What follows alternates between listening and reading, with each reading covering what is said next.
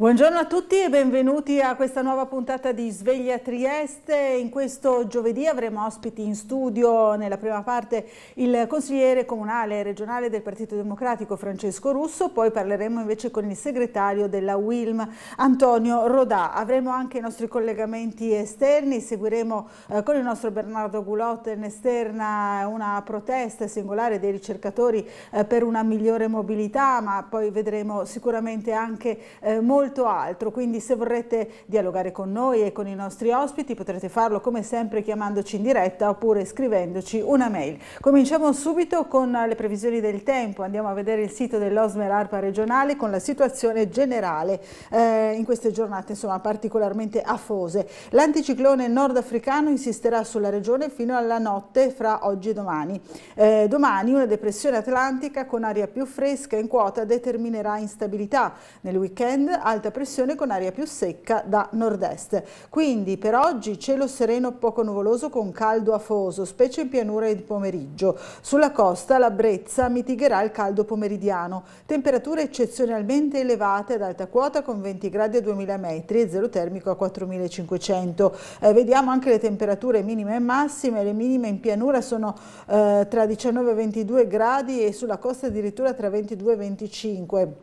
Mentre le massime sono particolarmente elevate in pianura tra 32 e 35 gradi, sulla costa tra 28 e 31, appunto mitigate leggermente dalla brezza, comunque piuttosto alte. Per domani si prevede cielo variabile, probabili rovesci e temporali sparsi, possibile qualche temporale forte, temperatura massima in calo. Questa è la previsione per anche domani, mentre dopodomani sabato, così ci avviciniamo al weekend.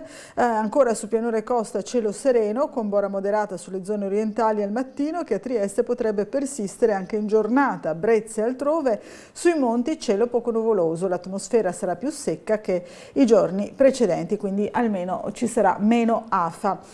Queste le previsioni del tempo. Ora andiamo a vedere le prime pagine dei giornali, dei quotidiani oggi in edicola, a cominciare dal Piccolo di Trieste. Il piano ferie della sanità in primo piano in entrambe le edizioni del Piccolo, poi vedremo anche quella di Gorizia e Monfalcone, e poi sequestrati i telefonini di Visintin e Sterpin, caso Resinovic, si cercano conferme e nuovi elementi dall'analisi dei due dispositivi.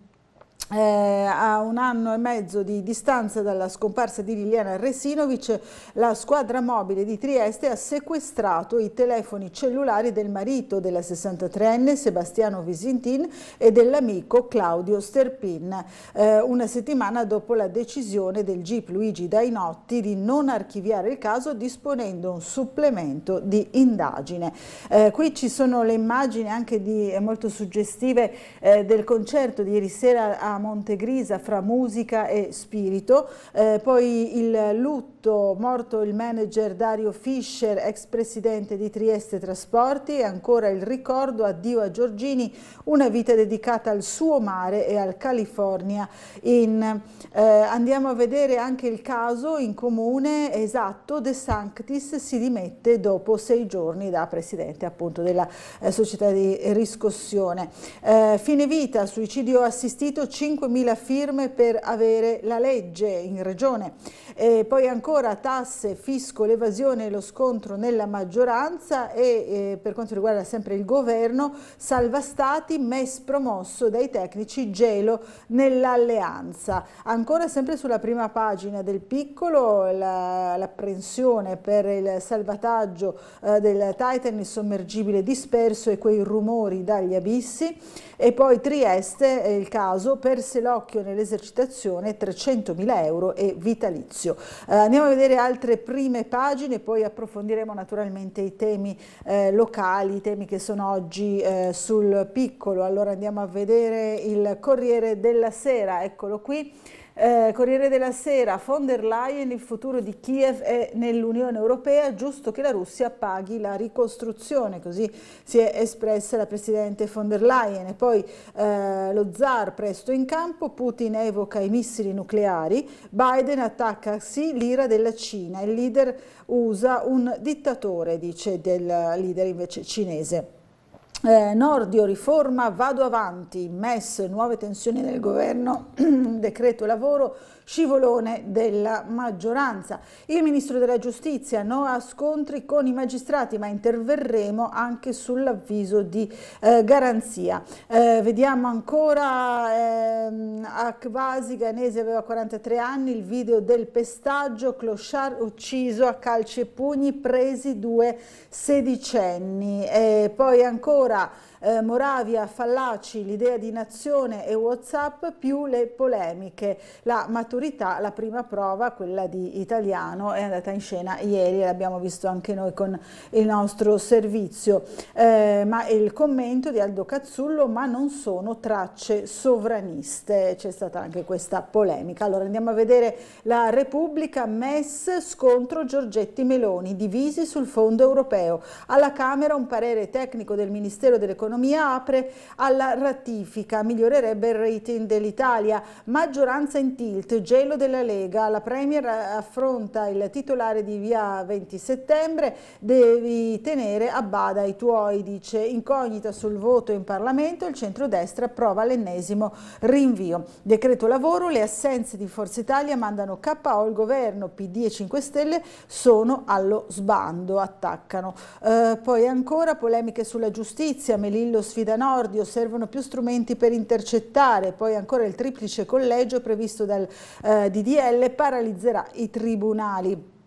Ancora il codice stradale, tolleranza zero, patente sospesa su alcol e cellulare alla guida, il tema sull'attesa sbaraglia la maturità, questa è la lettura della Repubblica sulla prima prova per 536.000 studenti in Italia.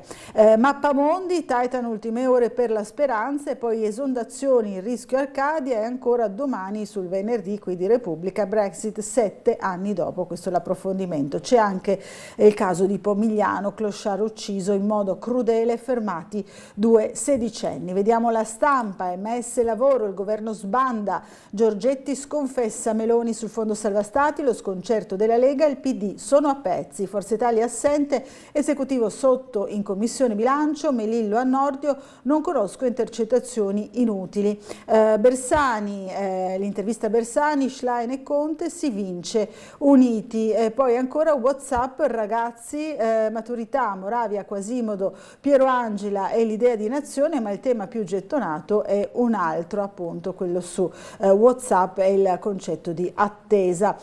Poi ancora Libero, strade più sicure, il codice Salvini, ci si concentra su questo, nuove regole per chi guida, patente sospesa se si usa cellulare o si è drogati, limiti per i giovani, stretta sui monopattini. Le tracce invece della maturità raccontano un'Italia maschia, etero e nostalgica, maturità senza gay e migranti, la sinistra sclera e protesta. Vi racconto io chi era davvero Oriana Fallaci, scrive Vittorio Feltri, prendendo spunto dal titolo del tema della prova scritta sulla scrittrice, su un contenuto appunto della scrittrice. Poi ancora, ora lo ammette, perfino Travaglio, le toghe sbagliano, giustizialisti delusi, invece il commento di Alessandro Sallusti. Andiamo sul Giornale, il TAR silura le ONG, questa invece è la scelta, un freno all'invasione, migranti, le toghe bloccano i blitz delle navi in mare, spetta al Viminale decidere il porto di sbarco. Poi ancora la diplomazia di Meloni, da Macron a Lula, nel nome dell'Expo appunto di Roma. Il Fatto Quotidiano, l'ultimo appello di Berlusconi, sia la missione del Papa, Kiev non può vincere. Russia e Ucraina, il leader di Forza Italia lo stava preparando ma non ha potuto lanciarlo questo appello, appunto. Ecco i suoi appunti scritti nelle ultime ore per invitare Zelensky a fermare l'offensiva. Intanto Crosetto butta 5 miliardi per nuovi Leopard. Ancora vediamo il Domani, caos sul MES, sul decreto lavoro, la destra è di nuovo in confusione, questa invece è la scelta del giornale di Domani. Forza Italia è allo sbando e manda sotto il governo sul lavoro, la russa, i senatori erano a un cocktail. Giorgetti spedisce alla Camera un documento che smentisce anni di propaganda di Lega e Fratelli d'Italia. Un filo tra due mondi, solo astio per Schlein, solo applausi a Berlusconi. Questo è il titolo del commento di Piero Ignazzi, politologo. Allora, andiamo ora a vedere le notizie all'interno del quotidiano del Piccolo. Prima volevo farvi vedere però ancora la prima pagina del Piccolo di Gorizia, dell'edizione di Gorizia e Monfalcone. Eccola qui, c'è anche la pedalata senza confini, di cui abbiamo parlato anche noi ieri, e di differenza appunto tra questa edizione e quella di Trieste c'è anche il resoconto lo ricorderete, il caso di cui ci siamo occupati anche noi, del ragazzo morto in fabbrica. C'è un indagato, accade a Mariano, andremo magari a vedere anche nelle pagine interne, ma torniamo appunto, come dicevo, sul Piccolo di Trieste per vedere questa ampia pagina dedicata alla sanità. Proprio in primo piano, meno posti letto e visite ridotte, Asugi riorganizza il lavoro estivo per consentire appunto le ferie del personale, scattato il piano ferie, a Cattinara limitate le sedute di chirurgia, a Gorizia in cardiologia niente controlli pacemaker da luglio. Alcuni dei provvedimenti insomma più impattanti, urgenti e emergenze restano sempre garantite, i sindacati dicono molti reparti già sotto organico anche in altri periodi. L'azienda attivata, la figura del bed manager, saranno mantenuti in funzione tutti i servizi destinati ai pazienti. E ancora c'è stata ieri la conferenza stampa dei 3 sindacati CONAPO, FIALS e SAP, dei Vigili del Fuoco, della Sanità e della Polizia, sul numero unico d'emergenza 112. Il sistema, dicono, ha troppe criticità, ce ne siamo occupati anche noi con un nostro servizio su una conferenza stampa appunto che è andata in scena ieri al Caffè San Marco. Allora rivediamo insieme il servizio. Rivedere con urgenza il sistema oggi centralizzato dell'emergenza sanitaria. Lo hanno chiesto i sindacati della sanità, FIALS, della polizia, SAP e CONAPO dei Vigili del Fuoco con una conferenza congiunta in cui hanno messo in evidenza le croniche problematiche organizzative del NUE 112 Sores con sede a Palmanova, che continuano a determinare errori, hanno detto, di servizi, ritardi nelle attività di soccorso sanitario, di soccorso tecnico urgente dei Vigili del Fuoco, di polizia e sicurezza. Problematiche che secondo le sigle sindacali sono state più volte segnalate, mentre la nuova proposta del piano emergenza-urgenza non cambia nulla in merito all'attuale organizzazione e mantiene una centrale unica a Palmanova. Noi quello che chiediamo è il cambio del modello organizzativo che attualmente non sta andando come dovrebbe andare. Noi abbiamo visto il testo del PEU e il PEU è sovrapponibile all'organizzazione attuale. Noi abbiamo presentato più volte delle proposte anche alternative, dove abbiamo lavorato con dei tecnici che sicuramente avevano una conoscenza sia del territorio sia anche delle centrali precedenti, anche quelle attuali, però le nostre proposte probabilmente sono finite nel cassetto. Noi già 2 anni fa abbiamo fatto una proposta alla Regione insieme a FIALS e al SAP, dove proponiamo a costo zero per la Regione la cosiddetta trifonia, cioè nel momento in cui arriva una chiamata di emergenza al numero unico 112 e questa viene smistata ai Vigili del Fuoco o ai sanitari, contemporaneamente in quel momento sono in collegamento sia i sanitari che i Vigili del Fuoco. Questo permette di ridurre i tempi di arrivo sul posto, permette di valutare a entrambi per le proprie competenze la strategia migliore da adottare senza inutili perdite di tempo. Il SAP punta invece i riflettori in caso di centrale unica sulla territorialità e sulla presenza di tutti i soggetti interessati. Deve essere un posto dove vengono a trovarsi tutte le figure professionali in un unico contesto, dove l'emergenza viene gestita in un'unica soluzione da queste figure, in modo da dare un intervento che sia efficace, veloce e non con i tempi lunghi di adesso.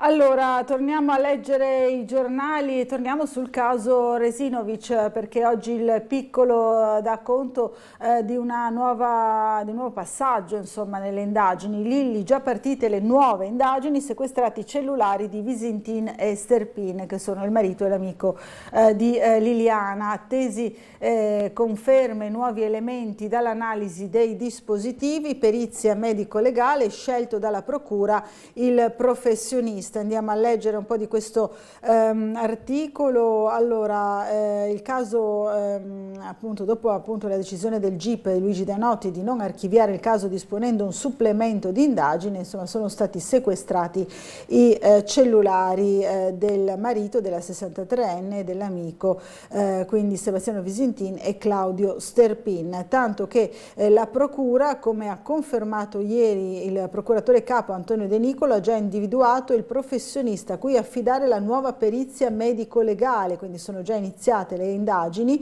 la seconda parte, diciamo così, dopo un anno e mezzo dall'esplosione del caso.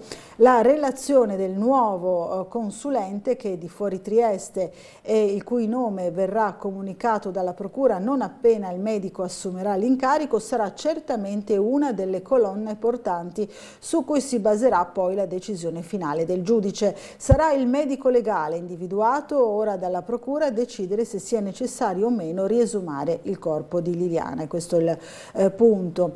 Tornando ai telefonini cellulari di Visintin e Sterpin, durante le indagini era già stata acquisita copia forense del loro traffico telefonico, ma i dispositivi erano stati lasciati nella disponibilità dei due uomini anche per poterli intercettare, cosa che è stata fatta. Ora il sequestro materiale dei due telefoni servirà a dare atto all'indicazione di Dainotti relativa all'acquisizione e analisi di tutti i dispositivi telefonici e account in uso ai soggetti vicini a Liliana Resinovic. L'analisi dei dispositivi consente di acquisire nuovi elementi confermandone altri. Nelle ultime ore, inoltre, la polizia scientifica ha repertato alcuni oggetti che una giornalista del programma TV di Rai 2 ha trovato nel parco dell'ex ospedale psichiatrico a pochi passi da dove il 5 gennaio del 2022 è stato trovato il corpo della donna e il frammento dorato di un braccialetto oppure di una collana e alcuni blister di compresse vuote. La giornalista li ha trovati casualmente mentre si trovava in quel punto proprio per girare un servizio. Sorpresa nel vedere quegli oggetti in quel terreno che subito dopo il rinvenimento del cadavere era stato setacciato dalla polizia in lungo e in largo, ha avvisato la questura, che in pochi minuti ha inviato sul posto la scientifica. I poliziotti hanno scattato alcune foto e repertato gli oggetti. Alla giornalista sono state rilevate anche le impronte digitali, ci racconta Laura Tonero oggi sul Piccolo. Quindi questo è il punto sulle inchieste, sulle indagini per quanto riguarda proprio il caso di Liliana Resinovic. Andiamo a vedere anche queste belle foto che sono pubblicate sempre all'interno del Piccolo, di un evento molto suggestivo andato in scena ieri sera.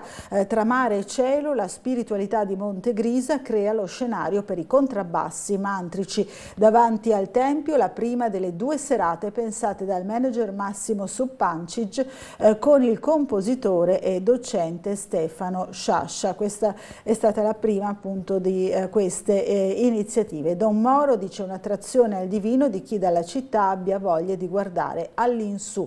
Il suono dei 6 strumenti dalle ultime luci fino alle ombre della notte. Sabato si replica a San Giusto, quindi ci sarà ancora la possibilità di seguire questo tipo di concerto sabato appunto da San Giusto. Andiamo ora sul Corriere della Sera. Il valore dell'attesa ai tempi di WhatsApp, tema preferito da uno studente su 2. Parliamo quindi della maturità.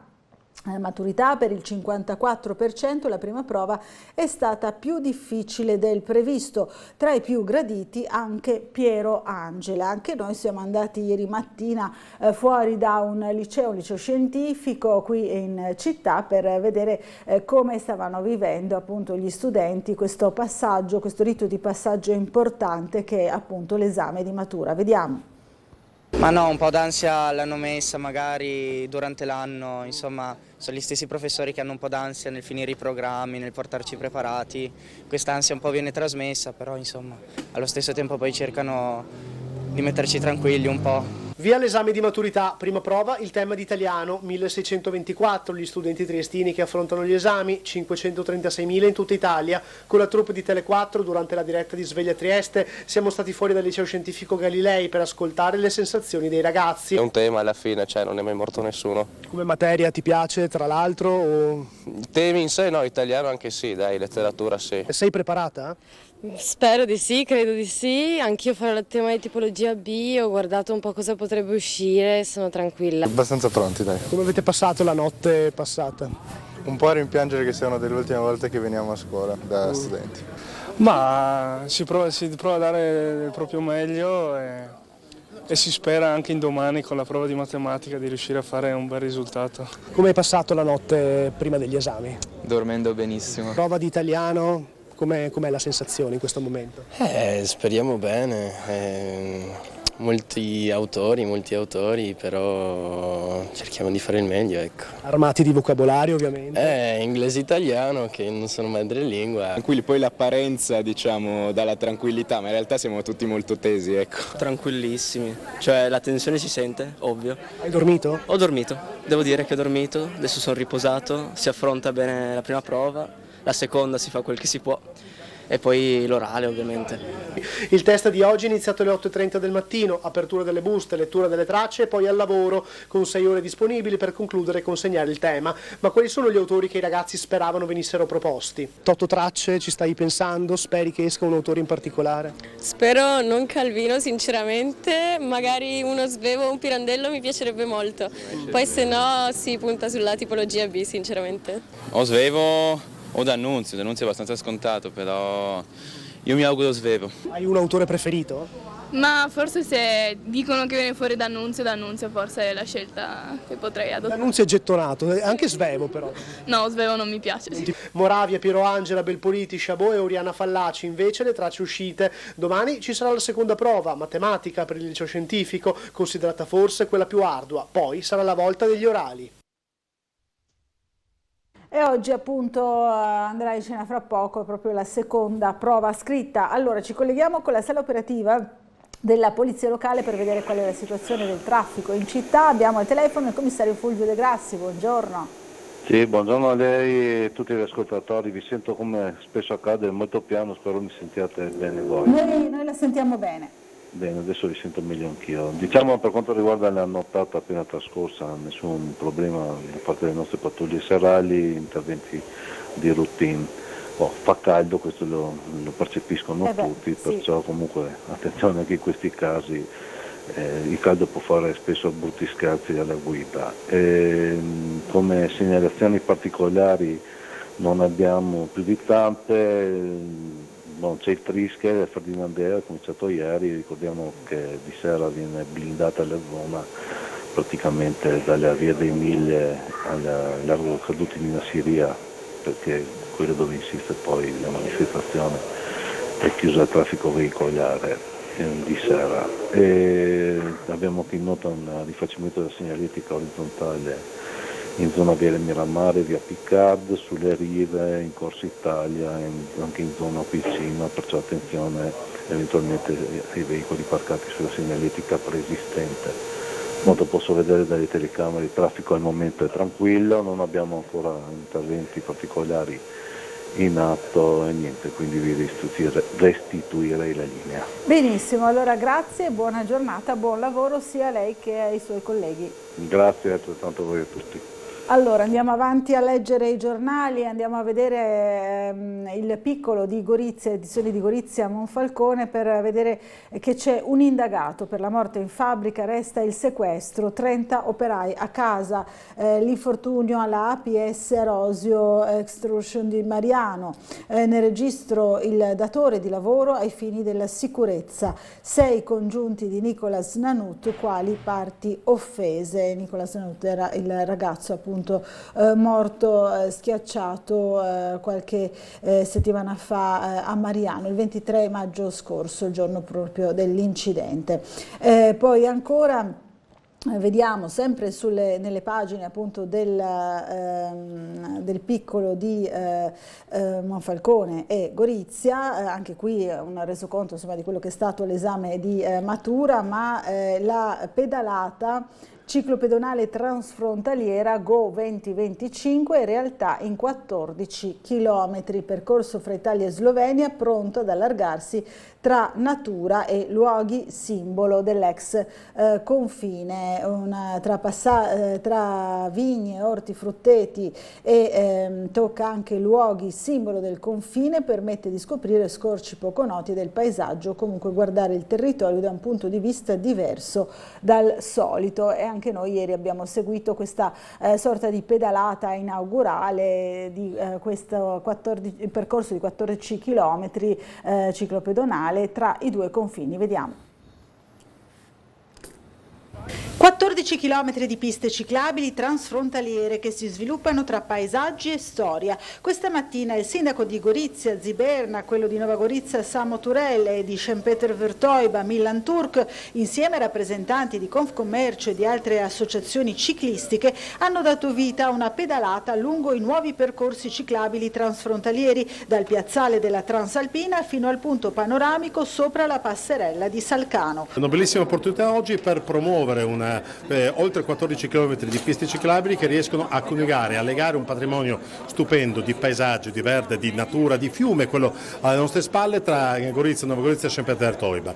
Un patrimonio unico in Europa legato da una pista ciclabile che si srotola tra Italia e Slovenia e Italia in continuazione.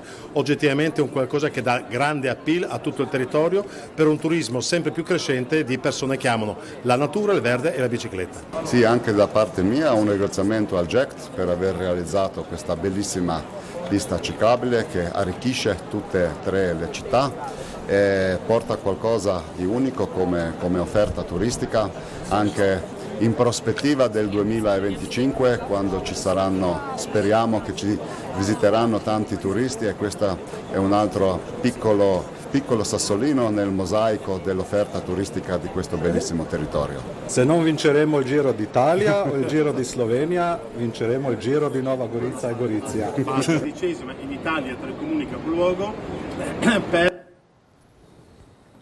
Allora, questa è la realizzazione in quel di Gorizia. Ora andiamo ancora per qualche minuto a vedere le notizie della politica nazionale sul Corriere della Sera. Andiamo appunto al primo piano sulle tasse. Meloni, diamo fiducia alle imprese con le nuove regole, un fisco alleato. La Premier, non si può partire dal principio di colpevolezza, così si è spiegata appunto la Premier Giorgia Meloni. Sul fisco, nel rapporto tra Stato e imprenditori, più che di un semplice cambiamento si tratta di invertire il paradigma. Se il ministro Carlo Nordio ribadisce il suo proposito di garantire una giustizia conciliativa in tema di evasione, la Presidente del Consiglio Giorgia Meloni conferma: vogliamo un fisco alleato di chi fa impresa, non un fisco nemico quasi vessatorio che parte dal principio di colpevolezza. Queste le sue parole. Allora andiamo ancora a vedere sempre sul Corriere della Sera. Il centrodestra scivola sul decreto lavoro, Senato, Forza Italia fa mancare i voti in commissione, Schlein attacca, la Russa ritardo per un cocktail di compleanno. Allora il centrodestra inciampa sul decreto lavoro, quello che era stato approvato dal Consiglio dei Ministri giusto il 1° maggio, un provvedimento di bandiera dunque che in Commissione Bilancio al Senato ha subito una battuta d'arresto. Il parere sugli emendamenti presentati dalle relatrice Paola Mancini di Fratelli d'Italia è stato infatti respinto, 10 voti contro 10 voti a Palazzo Madama, dove il pareggio equivale a una bocciatura. Un incidente privo di qualsiasi valore politico, una tempesta in un bicchiere d'acqua, secondo il ministro Antonio Tajani, dovuto, secondo il Presidente del Senato Ignazio La Russa, semplicemente a un cocktail di compleanno, un ritardo di 5 minuti che ha provocato una serie di reazioni. La prova invece, secondo la segretaria Dem Elli Schlein, è di una maggioranza nel caos che non riesce a far approvare gli emendamenti preparati all'ultimo minuto che cercavano di mettere toppe ai tanti obbrobri contenuti nel decreto lavoro. Questa invece è la critica di Elly Schlein. A mancare alla maggioranza i voti di due azzurri, Claudio Lotito e Damiano Damiani. Proprio quest'ultimo festeggiava ieri il compleanno, il che spinge il leader di Azione Carlo Calenda a leggere la semplice verità della giornata in questo modo: un pezzo di Forza Italia ha voluto dare un messaggio: se questo è l'esordio del dopo Berlusconi, la maggioranza rischia il caos. Così si è espresso appunto Carlo Calenda. Allora, ora ci dobbiamo fermare per una brevissima pausa pubblicitaria, ma la rassegna stampa continua subito dopo, a fra poco.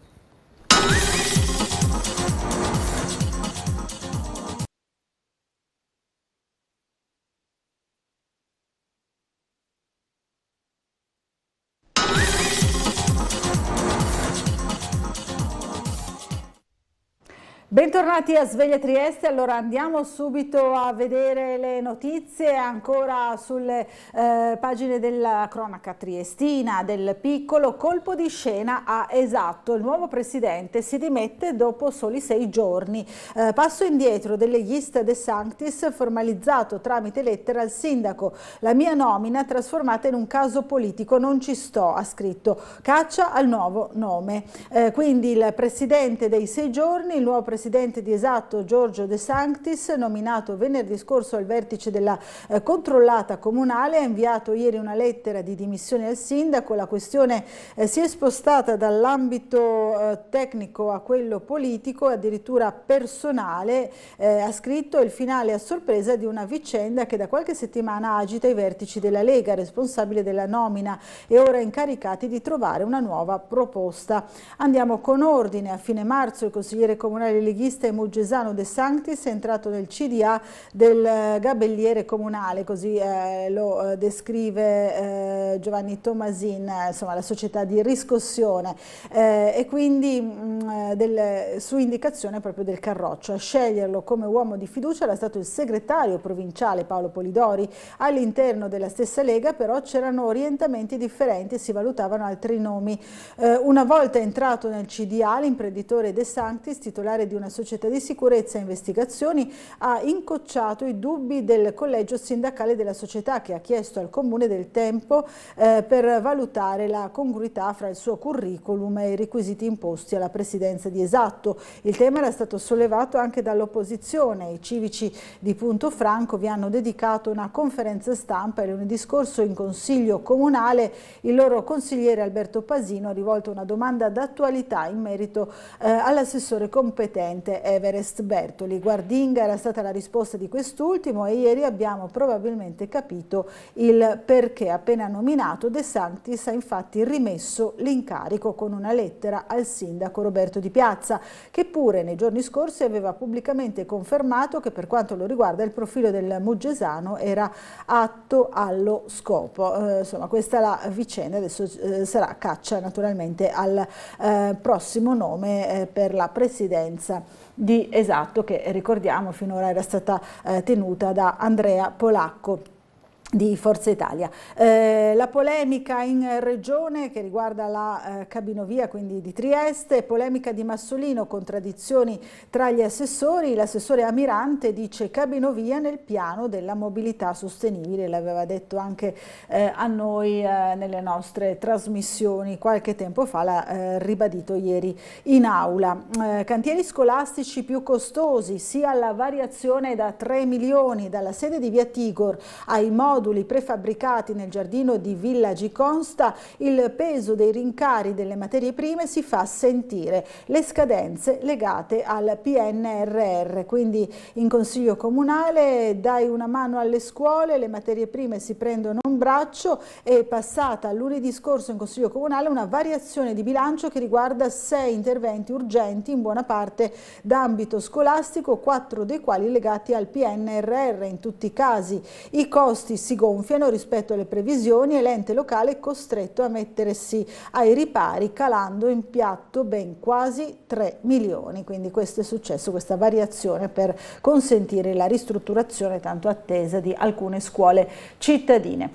Presentato, anche questo molto atteso, il piano per l'ex Coop di Altura. Il rappresentante della proprietà è andato in commissione, l'imprenditore Saliasi dice casa di riposo, bar, angolo market e altri servizi. Attendo però risposte dall'amministrazione.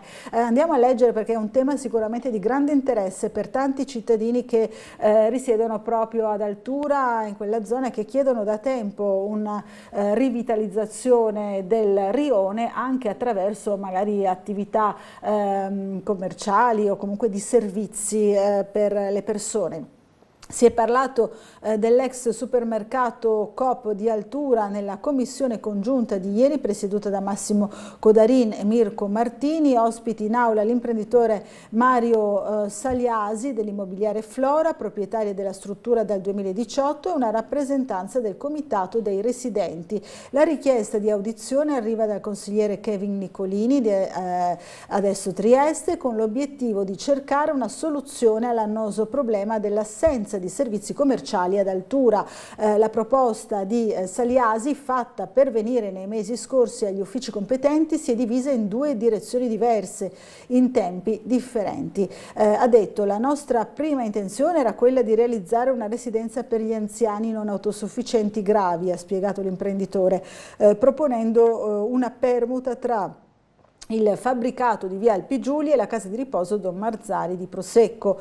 Non avendo ricevuto una risposta dalla giunta comunale, sempre Saliasi ha successivamente proposto di cedere al comune parte del fabbricato di Altura, creando così due entità nella stessa struttura. La mia idea di realizzare una caffetteria nei 400 metri quadri dell'ultimo piano con un angolo market e altri servizi sul terzo piano di oltre 1000 metri quadrati, sono aperto ad altre soluzioni, mentre nei primi due piani l'idea rimane quella della residenza per gli anziani. Avevo inviato la proposta all'assessore Elisa Loddi, ci siamo anche incontrati, ma non ho mai ottenuto una risposta, ha detto l'imprenditore. Corposo il dibattito che ne è seguito con il consigliere Luca Salvati, che ha chiesto al presidente Codarin di avere una risposta in merito dall'assessore competente. L'amministrazione ha l'obbligo sia nei confronti dell'imprenditore ma soprattutto dei residenti di esprimersi il prima possibile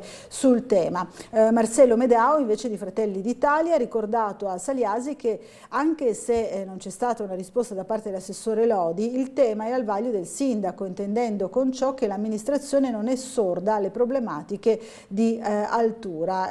Poi ci sono stati anche tanti altri interventi su questo tema, sicuramente molto delicato e come abbiamo detto più volte anche nelle nostre trasmissioni, atteso anche da tanta parte della popolazione. Vediamo qui ancora un altro titolo: la maggioranza cassa la mozione di aiuto all'Edera, il Palafoschiatti di via Boegan, da decenni casa appunto dell'Edera dopo lo sfratto dall'impianto.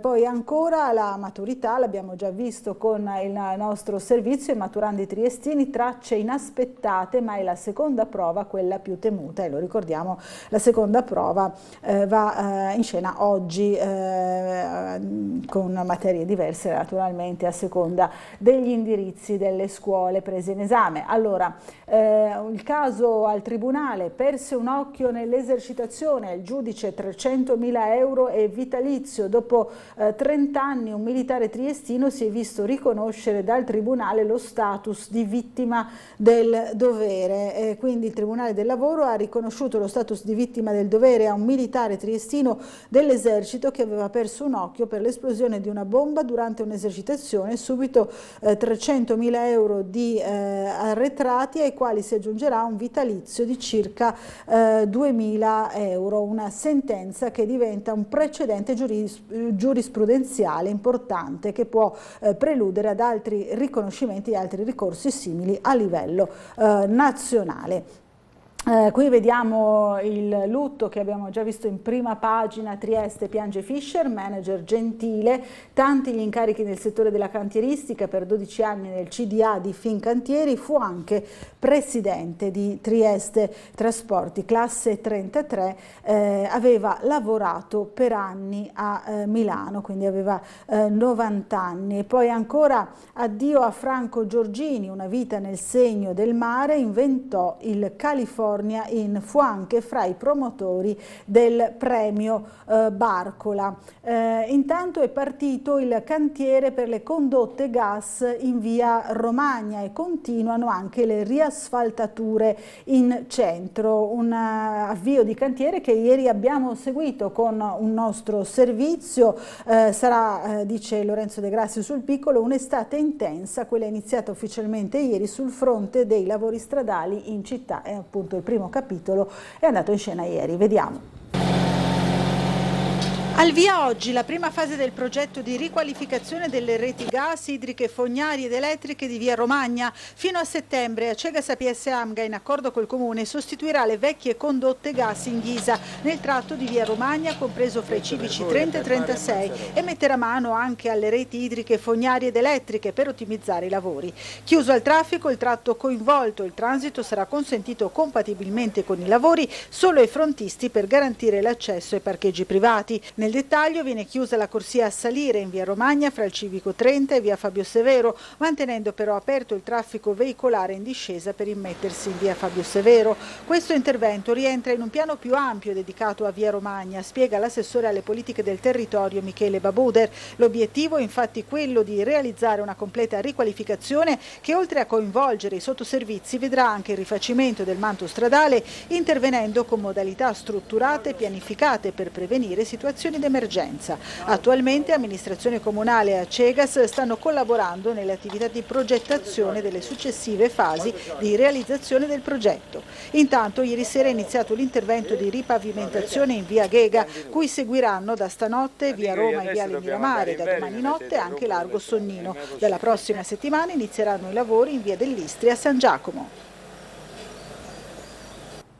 Questi lavori che si preparano per le prossime settimane, una notizia arriva dall'Unione Sindacale di Base USB che per oggi alle 11:30 organizza un presidio degli inquilini Ater in via Antonio Grego 34 perché gli inquilini denunciano abbandono e degrado, proliferazione di scarafaggi e gravi condizioni igienico-sanitarie, reclami inascoltati, servizi di zona assenti, assenza di manutenzione e ascensori fuori servizio. Quindi ci sarà questa manifestazione, questo presidio dei residenti promosso dal USB, Unione Sindacale di Base. C'è anche un aggiornamento dal Sores del Friuli Venezia Giulia. Una persona è stata soccorsa la scorsa notte a Trieste per le ferite che ha riportato a seguito di un incidente stradale che si è verificato in via Rossetti all'incrocio con via della Ginnastica. Per cause ancora in corso d'accertamento da parte delle forze dell'ordine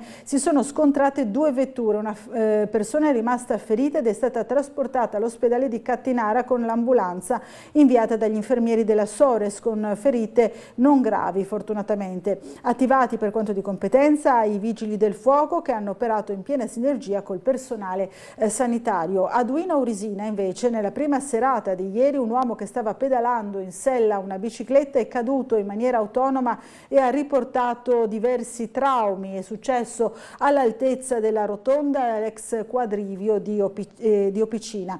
Dopo la chiamata d'aiuto giunta al numero di emergenza 112, gli operatori hanno transitato la telefonata alla struttura operativa regionale. Sul posto l'equipaggio di un'ambulanza che ha preso in carico la persona, poi trasportata in codice giallo, stabile e cosciente, all'ospedale di Cattinara. E quindi questi sono i due incidenti, in realtà tutti e due nel territorio di Trieste, evidentemente anche quello dell'ex quadrivio di Opicina. Allora andiamo a leggere ancora i giornali, ci occupiamo ancora una volta di migranti. C'è un articolo sul Corriere della Sera che riguarda in particolare gli arrivi via mare, la Guardia Costiera 57.000 soccorsi, presentato il rapporto annuale, Salvini, il FMI faccia il suo dovere, in Tunisia, in Libia serve legalità. Qui vediamo anche una foto di uno dei tanti barconi appunto pieni di migranti.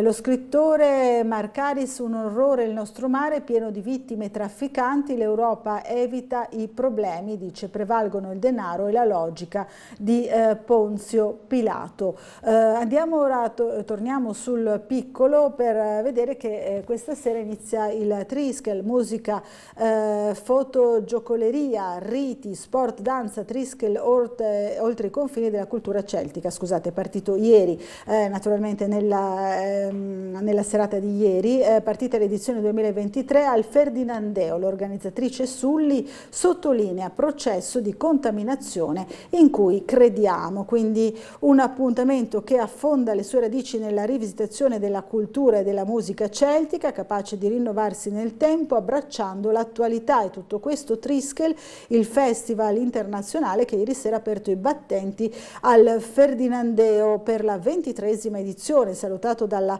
consueta folla di appassionati ai quali si uniscono ogni anno coloro che sono mossi dalla voglia di avvicinarsi a nuovi mondi. Il programma di quest'anno ricco di eventi tra musica, conferenze, giochi, ristorazione, intrattenimenti che spaziano dallo sport alla danza, alla tessitura, alla lavorazione del cuoio, ai riti propiziatori. Insomma, è davvero tanto ricco il programma, il menù che aspetta chi vuole visitare in queste serate il Festival Triskel, che proseguirà al Ferdinandeo fino al 2 luglio. Ma poi anche con appuntamenti fuori Trieste, dice l'organizzatrice. Andremo anche in Slovenia, Nova Gorica, perché vogliamo superare i confini, quindi lontano da Trieste. Triskel vivrà in tutto 9 tappe oltre a quella in Slovenia, quindi una decina di tappe in tutto fuori dalla nostra città. Allora andiamo ancora sempre sul piccolo, nelle pagine però della regione, per vedere che si parla ancora appunto di opposizioni all'attacco sugli immobili dell'assessore Bini. L'assessore si dimetta, dicono appunto le opposizioni, lo hanno detto ieri in una conferenza stampa, ha chiesto l'accesso agli atti. Oggi la mozione di censura in aula. Approvati il rendiconto del Consiglio per il 2022 e una variazione al bilancio triennale nella seduta di ieri, ma sicuramente il piatto principale è stato proprio questo attacco all'assessore Bini, non soltanto appunto per la vicenda ormai del suo ruolo all'interno dell'azienda Euro e Promos, ma in particolare sulla operazione immobiliare che lo ha visto protagonista. Allora rivediamo il nostro servizio. Confermeremo, domani lo diremo nella discussione della mozione, la richiesta di dimissioni dell'assessore Bini. Dimissioni dell'assessore Bini, le chiedono le opposizioni in Consiglio regionale, che domani presenteranno una mozione di censura nei confronti del titolare delle attività produttive. Dopo la vicenda legata al ruolo dell'assessore nella società Euro e Promos, oggi ad essere nel mirino è il caso dell'immobile di via San Francesco e della compravendita da Mediocredito. E le opposizioni, rappresentate da Diego Moretti del PD, Massimo Moretuzzo del Patto per l'Autonomia e Rosaria Capozzi del Movimento 5 Stelle, puntano il dito anche verso le settimane di silenzio del presidente Fedriga sulla vicenda. La mozione di censura nei confronti dell'assessore Bini parte dalla constatazione che l'acquisto dell'immobile fatto dall'assessore a titolo personale da un leasing, diciamo, di Mediocredito, in gestione Mediocredito, peraltro che apparteneva alla società nella quale era partecipe l'assessore, il sottosegretario, l'ex assessore regionale Sandro Savino, ci fa dire che è stato del tutto inopportuno, motivo per cui abbiamo censurato questo comportamento dell'assessore Bini. Di fronte a tutte queste vicende che durano ormai da più di 2 settimane, il presidente Fedriga è stato letteralmente in silenzio. La sua maggioranza ha fatto una difesa d'ufficio, peraltro nemmeno troppo convinta, non intendiamo accettare questo, di mezzo c'è la credibilità della politica.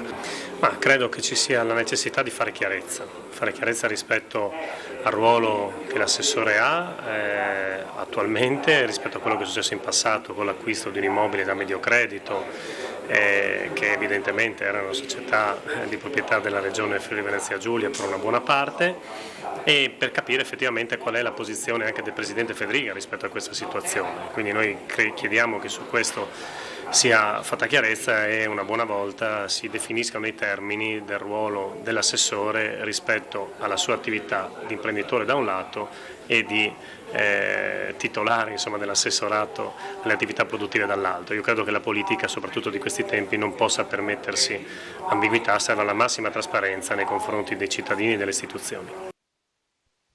Questo è l'attacco che verrà sferrato oggi in Consiglio regionale. Ci sarà anche la commemorazione di Silvio Berlusconi all'interno dei lavori d'aula, e poi ci sarà un'altra mozione di sfiducia nei confronti questa volta dell'assessore Scocimaro. Ne abbiamo parlato anche noi ieri, riguardante la sua partecipazione alla commemorazione di Almerigo Grills.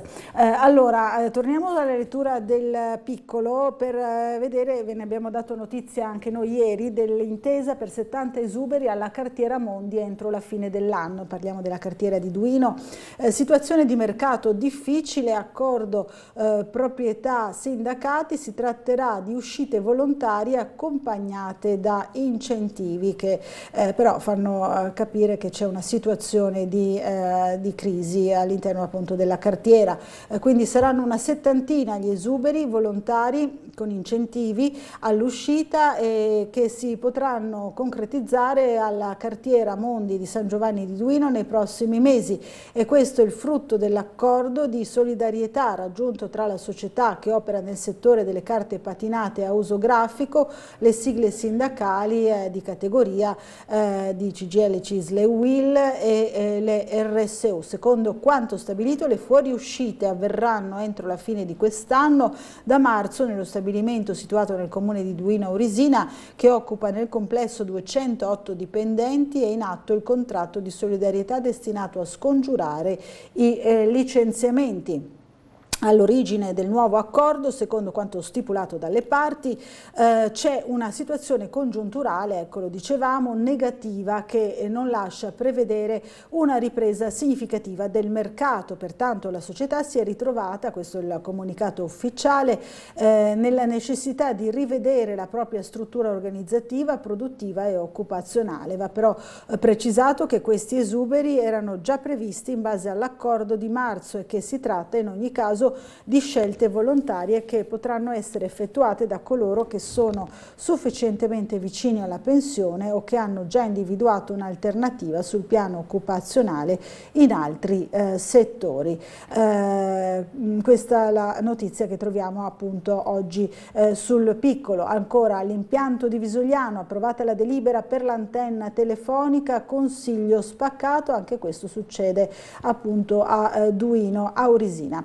Ci spostiamo ancora una volta invece per gli ultimi minuti a nostra disposizione per la rassegna stampa sul Corriere della Sera, e torniamo a parlare ancora dell'esame di maturità. Ricordiamo oggi la seconda prova scritta, diversa per ogni indirizzo di studio. Bianchi, l'ex ministro, dice offensiva la traccia su di me. Questa una delle polemiche appunto scatenate ieri dalle tracce per il tema di Italiano. Poi la pace al telefono, lo scontro tra l'ex ministro dell'istruzione e quello attuale Valditara. Mentre gli studenti si cimentavano a scuola con la prima prova dell'esame di maturità 2023, fuori dalle aule è andato in onda un inedito inatteso fuori programma che ha avuto come protagonisti due ministri dell'istruzione, uno anche del merito, che hanno litigato sulla traccia numero 6, tipologia C1 del gergo ministeriale, dal titolo Lettera aperta al ministro Bianchi sugli esami di maturità. Giuseppe Valditara, la sua prima maturità come ministro, non si è attenuto al galateo non scritto che non si tira in ballo un predecessore per una prova d'esame. Tra le tracce che gli ha preparato la commissione di tecnici del ministero ha scelto l'appello degli intellettuali, molti non della sua parte politica, che nel dicembre 2021, un momento drammatico per la scuola italiana chiedevano a Bianchi che l'esame di Stato tornasse a essere una prova seria e impegnativa, non una burletta come l'anno prima, quando in piena pandemia c'era stato solo l'orale. Una lettera che decontestualizza l'appello e non spiega come sono andate poi le cose, cioè che la maturità si è fatta anche con gli iscritti seppur semplificati. Patrizio Bianchi, punto nel vivo, si è offeso, poi c'è stato insomma questo chiarimento tra i due ministri, l'ex e quello attuale. C'è anche questa bella storia che vediamo sempre sul Corriere della Sera, l'esame di Imelda, io sui banchi di scuola a 90 anni per diventare maestra. Imelda Starnini è nata subito dopo l'introduzione in Italia dell'esame di Stato, era ancora una bambina quando il ministro dell'istruzione Giovanni Gentile ne decretò la sua istituzione nel 23, ma con un po' di ritardo per sua stessa missione. A 90 anni compiuti ieri mattina ha sostenuto l'esame di maturità, scegliendo come traccia la lettera aperta proprio degli intellettuali all'ex ministro Bianchi. Si è presentata alle 8 del mattino all'Istituto San Francesco di Sales in città di Castello, a Perugia, in provincia di Perugia appunto. Questa è la storia di questa maestra mancata per tanti anni e ora finalmente può mettersi alla prova e prendere il diploma. Ancora il tempo per leggere velocemente questa notizia di cronaca che sta tenendo un po' in apprensione tutto il mondo. Robot in mare, sentiti dei rumori, la corsa per ritrovare il Titan, il sommergibile disperso vicino al relitto del Titanic. L'ossigeno finisce oggi, quindi è un'operazione di ricerca e soccorso, dobbiamo per forza continuare a sperare, ha risposto ieri sera a Boston il capitano della Guardia Costiera Jamie Frederick ai giornalisti che gli chiedevano se ancora fosse ottimista, mentre ormai mancavano 20 ore prima che l'ossigeno a disposizione dei 5 passeggeri del Titan si esaurisse. Le famiglie aspettano disperatamente su una delle 5 navi americane e canadesi destinate nelle ore successive a diventare 10 che dalla superficie li cercano nei pressi del relitto appunto del Titanic. Quindi staremo a vedere questa vicenda. Ora ci fermiamo per un po' di pubblicità, ci rivediamo subito dopo.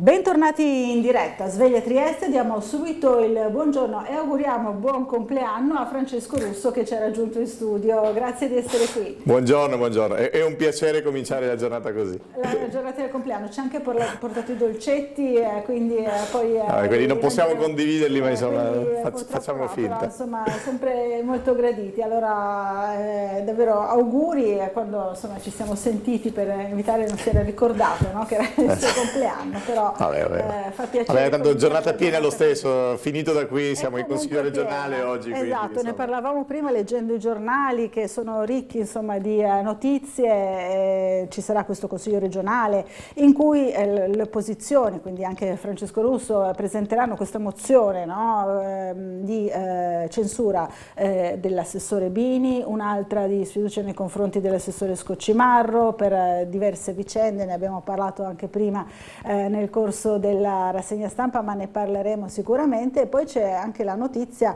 che avevate evidenziato in realtà come protesta, insomma, ricordiamo questa vostra conferenza stampa sulla presidenza di Esatto.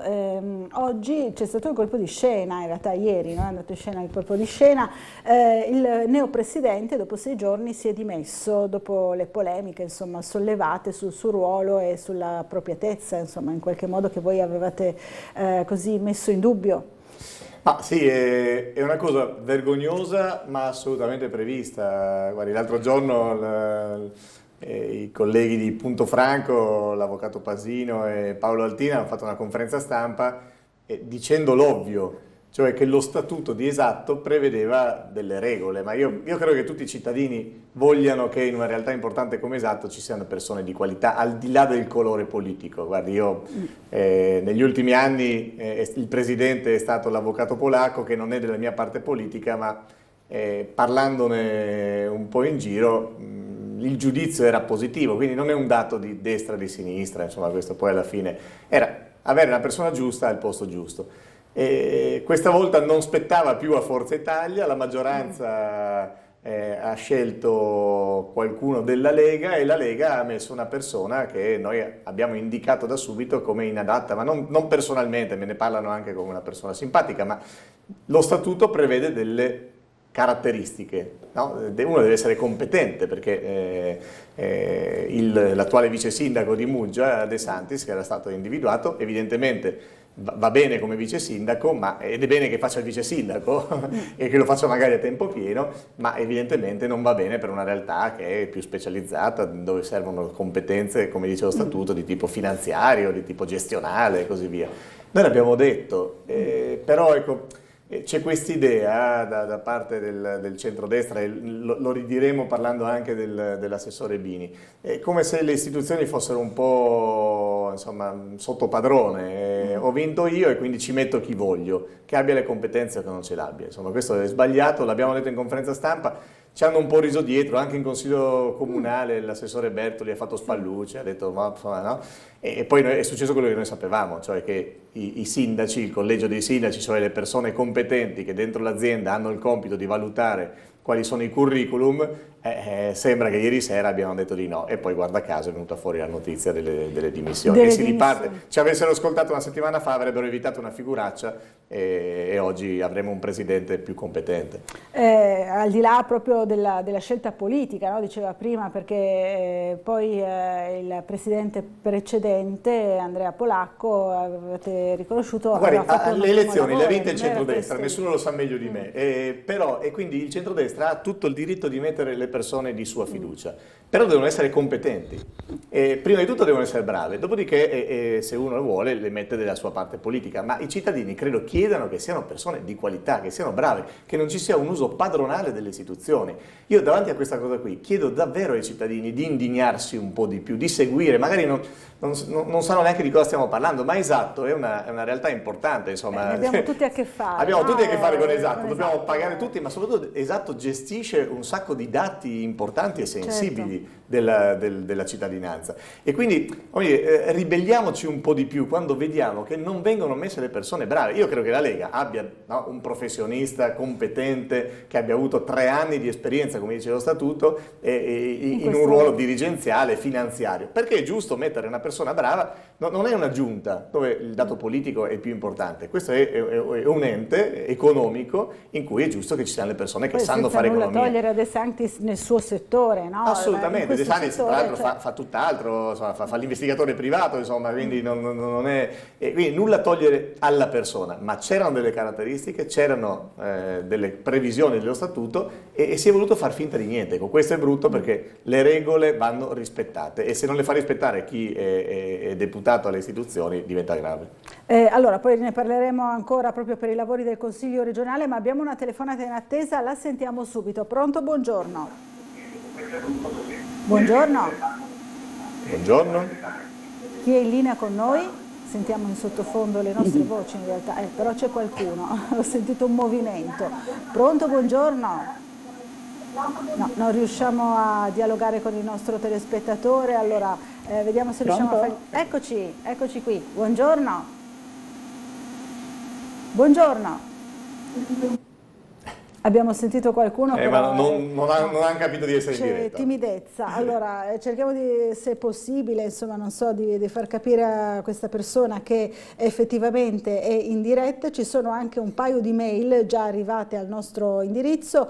C'è Nevio che dice: buongiorno, Sveglia Trieste, per risolvere i problemi dei migranti solo l'Europa unita può risolverli, avvisando tutti i paesi da dove partono i migranti per via mare. Se non siete capaci a trattenerli, entriamo noi nelle vostre acque territoriali con le nostre navi a pattugliare. Insomma, secondo Nevio se ne deve prendere carico l'Europa, poi la modalità, insomma, è un po' difficile da attuare, no? Quella che suggerisce Nevio. Sull'Europa siamo tutti d'accordo, sulle modalità, insomma, non sono di polizia. Io credo sia molto più utile, ad esempio, fare una seria politica di cooperazione internazionale. Avere dei paesi sviluppati economicamente, pacificati sulle coste africane, ad esempio, sarebbe la migliore garanzia che la gente non scappa. Se uno sta bene a casa sua non scappa, e quindi evidentemente dobbiamo un po' riequilibrare i rapporti di forza.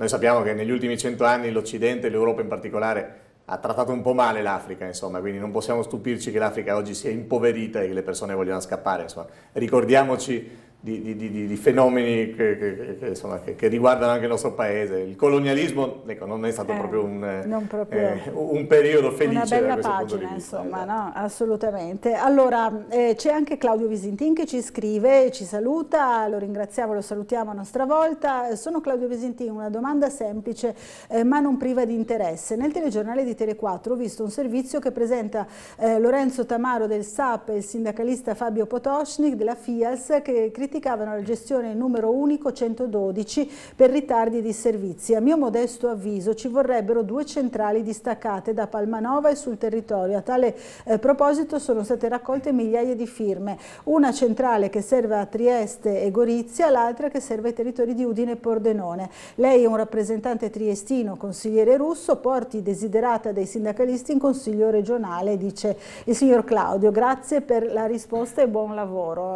Grazie Claudio. Allora, cosa... ero presente anch'io ieri, sì, sono passato velocemente perché avevamo lavori di consiglio anche ieri a questa conferenza stampa che è interessante e che parla di un tema che abbiamo affrontato anche con il collega Zalucar in consiglio regionale. Io ho avuto modo, insomma, anche di esprimermi in questo senso. È chiaro che è un problema tecnico, nel senso che tutti quanti vogliamo che quel sistema funzioni il meglio possibile. Ci sono alcuni tecnici che dicono che le centrali uniche siano più efficienti, garantiscano interventi più rapidi e più efficaci, e chi invece dimostra che negli anni aver cambiato sistema abbia distrutto una realtà che tutto sommato funzionava bene sul nostro territorio.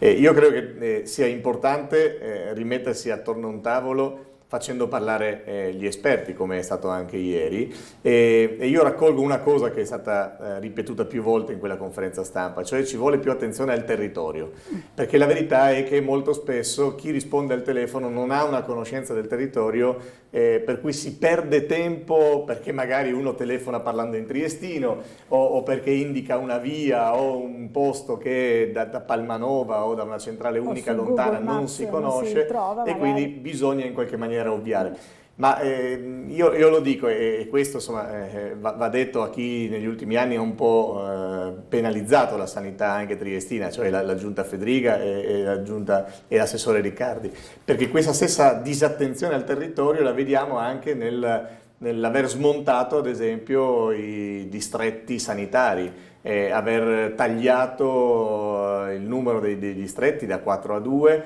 aver ridotto i consultori come si sta facendo, aver ridotto altri centri di prossimità. Io credo che quando stiamo male, quando abbiamo bisogno, la cosa più importante, soprattutto per chi è più fragile, penso alle persone anziane, penso a chi ha meno risorse, a chi non ha una macchina, insomma, no? Sia trovare più vicino possibile le cure necessarie o qualcuno che ti ascolta. E quindi è chiaro che avere 4 distretti significa che insomma, tu ci sbatti contro più facilmente, lo trovi più semplicemente. Averne 2, allora, questo non ascolto del territorio ha più facce. Una è il tema del 112 che andrà sistemato sicuramente, perché le riforme negli ultimi anni hanno reso più difficile. C'è un libro bianco che è stato presentato e che dimostra con dei casi concreti insomma, come troppe persone abbiano chiamato i numeri di emergenza e abbiano ricevuto le cure in maniera troppo tardiva, purtroppo. O comunque insomma, no? abbiano avuto delle difficoltà. O in maniera non... Quindi, siccome io credo che tutti vogliono trovare la soluzione migliore e che su questo non si possa andare al risparmio, perché una delle cose che ci dicono ogni tanto Federica e Riccardi è che bisogna risparmiare, io credo che sulla sanità non si debba, si debba risparmiare sugli sprechi, ma sulle cure necessarie bisogna trovare le risorse. Insomma. Quindi su questo combatteremo ancora in Consiglio regionale per far presente quello che è stato detto ieri e soprattutto una maggiore prossimità sul territorio. Sul territorio. Allora una telefonata, vediamo se riusciamo a dialogare con i nostri telespettatori. Buongiorno. Pronto, buongiorno. Pronto? Eccoci, signora, buongiorno. Buongiorno. Con chi parliamo? Volevo fare gli auguri a Francesco. Benissimo. Grazie. Tanti auguri Francesco, e quando vuoi passi di qua perché è sempre peggio e dovrebbero lavare sotto il portico perché c'è una puzza che non c'è segno della macchina, devi correre subito in portone, le pulizie anche dei portoni è passato anche 10 giorni, non vengono fatte, noi paghiamo, e poi quello che non capisco è 26 euro dell'acqua del giardino che non viene usata e l'abbiamo negli affitti. E brontolavano che 2 anni fa i bambini erano nella piscina, ma almeno l'avevano adoperata, insomma, no? 26 euro del giardino, che non si bagna quel giardino. Hanno tagliato alla vacca va bene, dall'erba, però sotto il portico, che tanto prima o dopo veniva giù tutto là, devono lavare con una pompa per una segnalazione specifica, evidentemente il consigliere Russo ha capito di che luogo si tratta. Tanti auguri Francesco, passa bene, non bever troppo. Va bene. La signora chiama la casa di Puffi, che come è noto insomma è una realtà che conosco. Poi magari adesso vedo che c'è un collegamento, ma insomma magari torniamo, perché ieri in Consiglio regionale ho parlato proprio di case Ater. Proprio di case Ater, infatti c'è stato un intervento proprio ieri.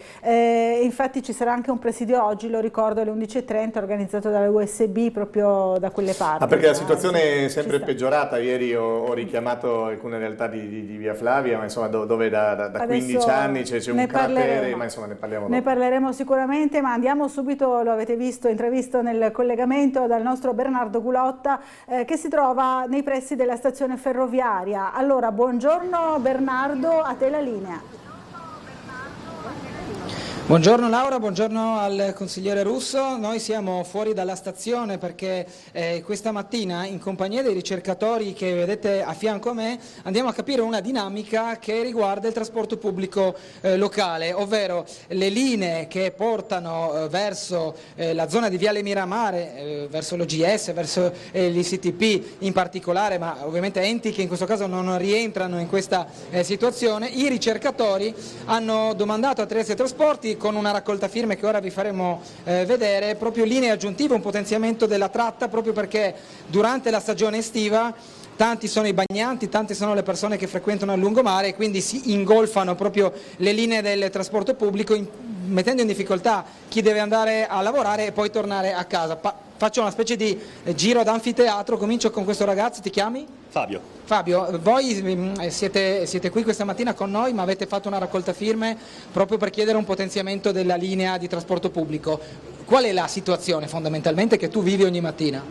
Ogni mattina sostanzialmente quello che vediamo è sulla linea 6, quindi in estate o che sia inverno, ogni mattina la situazione è abbastanza pesante.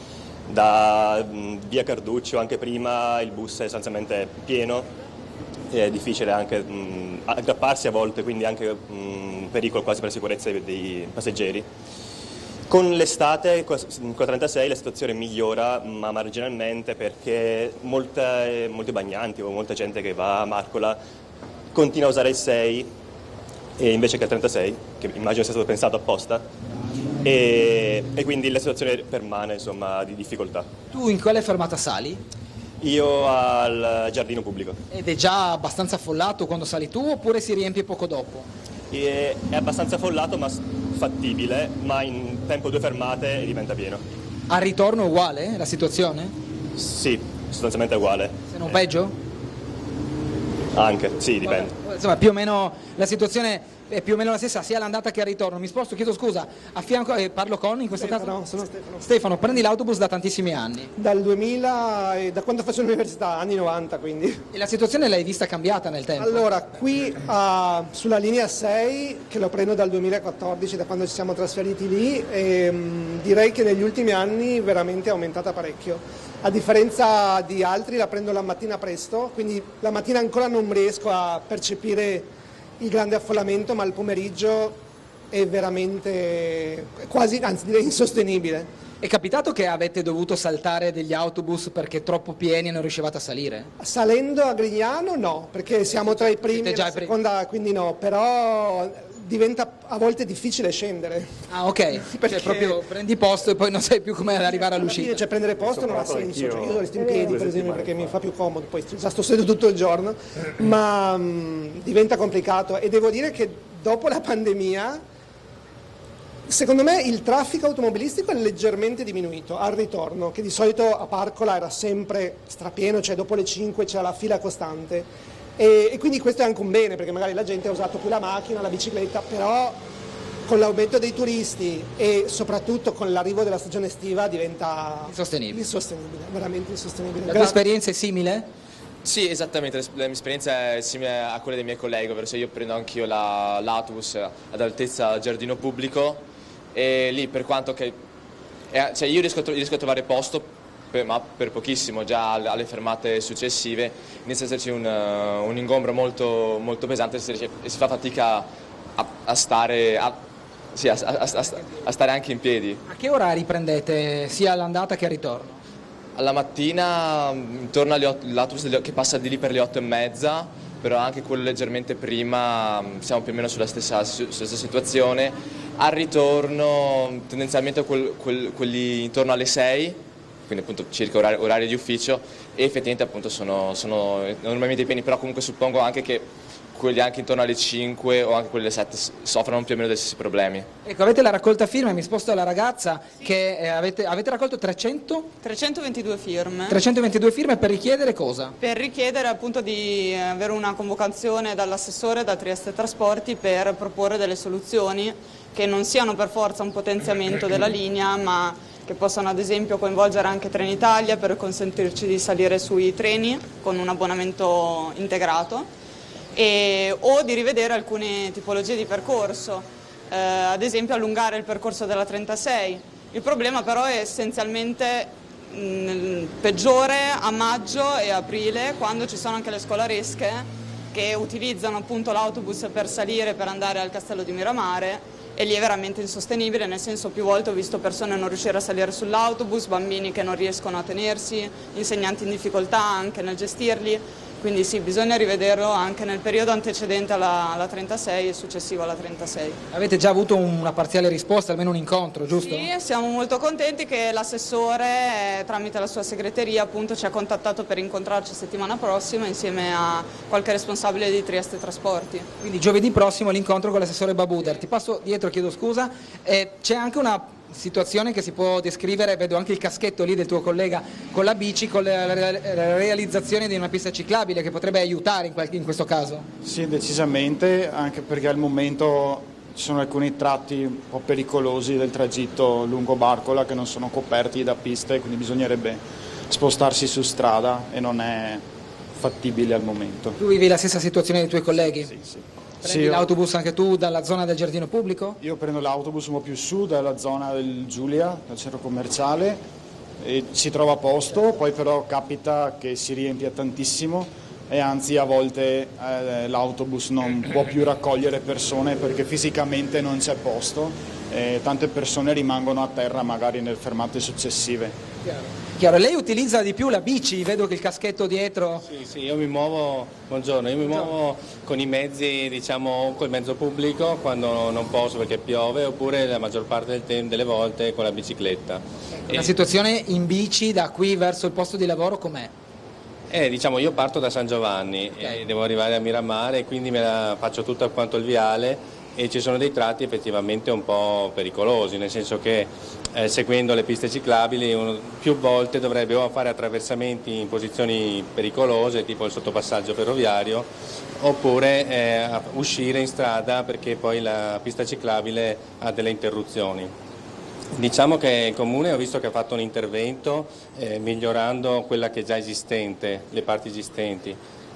Ma credo che effettivamente ci sia bisogno di fare un'azione integrata, soprattutto perché poi a livello anche di Barcola non è più ammesso usare la parte verso, diciamo, il mare perché ci sono i bagnanti, perché è difficile e a quel punto lì sotto monte invece non c'è nessun modo per andare in sicurezza. Ok, e da quanto tempo perdura questa situazione? Ogni estate fondamentalmente? Beh, io vado tutto l'anno e ho visto anche incidenti anche durante i periodi non necessariamente estivi, perché Barcola sono successi spesso incidenti, spesso coinvolgendo pedoni e ciclisti.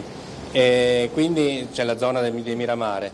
E devo dire che la situazione è sicuramente peggiore d'estate, ma il vantaggio in bicicletta è che almeno è più veloce, perché e anzi sono molto più veloce in bicicletta che con qualsiasi altro mezzo, mi sono reso conto. È chiaro che però anche d'inverno la situazione non è facile, perché noi andiamo con tutte le stagioni alla fine al lavoro e il traffico è sostenuto, perché quel tratto lì, che ci siano i bagnanti o meno, è una delle vie principali per entrare e per uscire dalla città alla fine. Laura, questa è la situazione che abbiamo raccolto con questi ragazzi, ricercatori degli enti di ricerca di Trieste, che hanno l'esigenza di arrivare fino a Viale Miramare e che hanno le difficoltà del caso legate alla mobilità. Se ci sono domande da studio, se no vi restituisco la linea, anche perché dobbiamo risolvere un problema telefonico. Va bene, allora intanto per il momento riprendiamo la linea, grazie, perché è molto interessante quello che abbiamo sentito da questi giovani ricercatori, e possiamo magari anche discuterne qui in studio insieme a Francesco Russo, che ha seguito, insomma, e vedevo che condivideva, no, molte delle problematiche di questi ragazzi. Beh, la prima battuta che viene da fare, siccome si parla di trasporto pubblico locale, è che invece di parlare di ovovia, magari se ci concentrassimo un po' di più sui problemi concreti che sono questi e che si possono affrontare e realizzare. Ma io le scene che ho visto, anche recentemente avevo una conferenza stampa a Barcola, al centro di salute mentale, e un giorno ho provato a prendere la 6 appena uscito dal Consiglio regionale, e ho visto delle scene da Far West. Neppure a Roma, dove pure ero abituato ai tempi del Senato a salire, no, arrampicandomi e spingendomi per infilarmi, no, dentro a degli autobus che sono veramente i peggiori d'Italia. Sappiamo che quelli romani sono tra gli autobus peggiori d'Italia, e quel giorno lì ho dovuto rinunciare. C'erano veramente delle persone sulla 6 appese fuori che hanno bloccato perché fino a quando non si sono staccate non è potuta ripartire, e sono dovuto andare a prendere la macchina. Ed è peccato, perché come diceva il ricercatore, le persone oggi probabilmente vorrebbero usare di più i mezzi pubblici, e noi sappiamo che questo conviene all'ambiente, conviene alle nostre tasche, conviene alla viabilità cittadina. Quindi le soluzioni vanno trovate, e vanno trovate anche con un po' di coraggio. Insomma, qualche anno fa, come è noto, io feci la proposta di cambiare il lungomare di Barcola. Dentro quella proposta, in cui c'era anche l'allargamento, la spiaggia, che è stata ripresa anche dall'assessore Scocimarro recentemente, c'era anche la possibilità di avere più spazio per far transitare ad esempio una ciclabile, per allargare la carreggiata, ma perché è evidente, insomma, che un lungomare in tutti i posti del mondo, se vuole essere utilizzato al meglio, crea delle occasioni per delle belle passeggiate, per avere una spiaggia che a noi manca, ma soprattutto per avere, cioè è impensabile che dalla Lanterna fino a Miramare uno non possa tranquillamente andare in bicicletta, ma non può farlo neppure a piedi oggi, insomma, no? Questa quindi il tema complessivo di Porto Vecchio, ma insomma, sono anni. Purtroppo siamo qui ogni volta a ridirlo, ed è uno dei segni dell'inconcludenza un po', insomma, mi dispiace sparare sulla Croce Rossa, ma insomma è chiaro che la giunta di piazza sta lasciando tutto il nostro lungomare, compreso Porto Vecchio, fermo, immobile. Insomma, sono quasi 8 anni dalla mia legge, dal mio emendamento, e nulla è cambiato in termini di fruibilità, cioè al di là degli investimenti. Ma perché non si è pensato almeno di aprire al passaggio pedonale e ciclistico, in maniera tale che si possa fare anche dal punto di vista turistico? Insomma, per chi è oggi in Piazza Unità, prendere una bicicletta e andare a Miramare sarebbe una cosa fantastica. Quindi meno chiacchiere, lo diciamo per l'ennesima volta, insomma, non corriamo dietro all'ovovia, che pure anche oggi è sui giornali, pensiamo alle cose che servono, pensiamo al tram, pensiamo agli autobus per chi va al mare e per chi vorrebbe andare a lavorare, e pensiamo a fare delle ciclabili che fanno in tutto il mondo e che oggi potrebbero davvero cambiare le nostre abitudini, perché a Trieste era difficile andare in bicicletta fino a quando non ci sono state le biciclette a pedalata assistita. Oggi, oggettivamente, potremmo quasi tutti utilizzarle, sarebbe un vantaggio ecologico, economico e soprattutto anche di tipo di benessere personale, perché sappiamo che insomma, se ognuno di noi facesse un po' di moto ogni giorno probabilmente faremmo lavorare un po' meno i nostri medici. Parlavamo proprio ieri sera con il sindaco di Gorizia, Rodolfo Ziberna, che ha inaugurato una pista ciclabile transfrontaliera. Allora dobbiamo fermarci per una piccola pausa pubblicitaria, ci rivediamo subito dopo, fra pochissimo.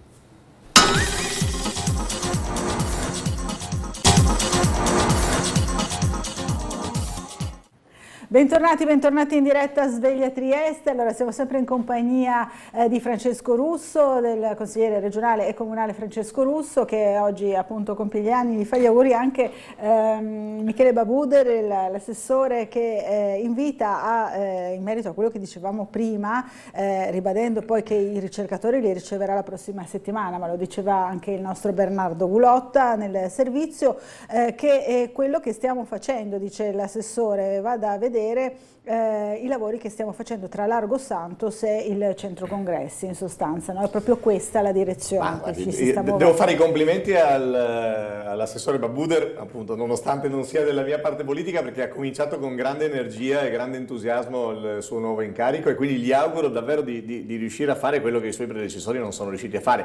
Io registro semplicemente, come tutti i triestini e triestine, che dopo tanti anni molte chiacchiere si sono viste anche su Porto Vecchio, su aperture, cose ciclabili, viali alberati, monumentali, ma alla fine siamo sempre lì, insomma, e i triestini non utilizzano quell'area e non sono arrivati quegli investitori che invece potevano trasformare quell'area.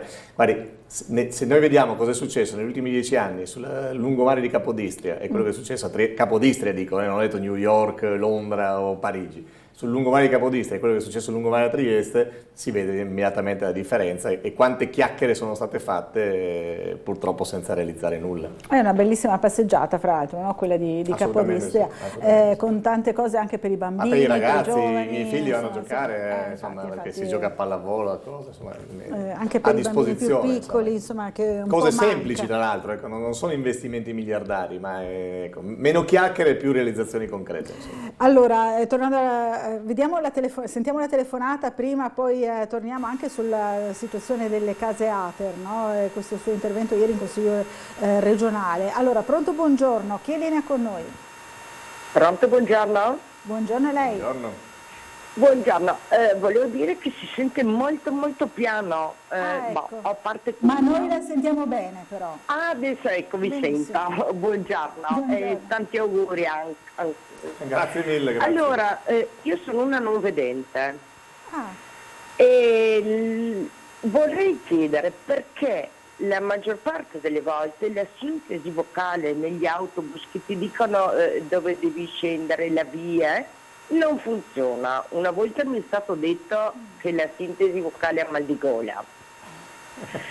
Poi un giorno ho chiesto all'autista, ed era la mia prima volta che uscivo da non vedente con il bastone da sole, prendevo l'autobus perché lo sono da poco, e l'autista povero mi fa: signora, io non sono di qui, so le fermate ma non so le vie, non so i posti, deve chiedere a qualcuno. Io ero sulla 1 che sentivo parlare tutte le lingue del mondo, tranne un italiano, un dialetto triestino, non le dico la difficoltà.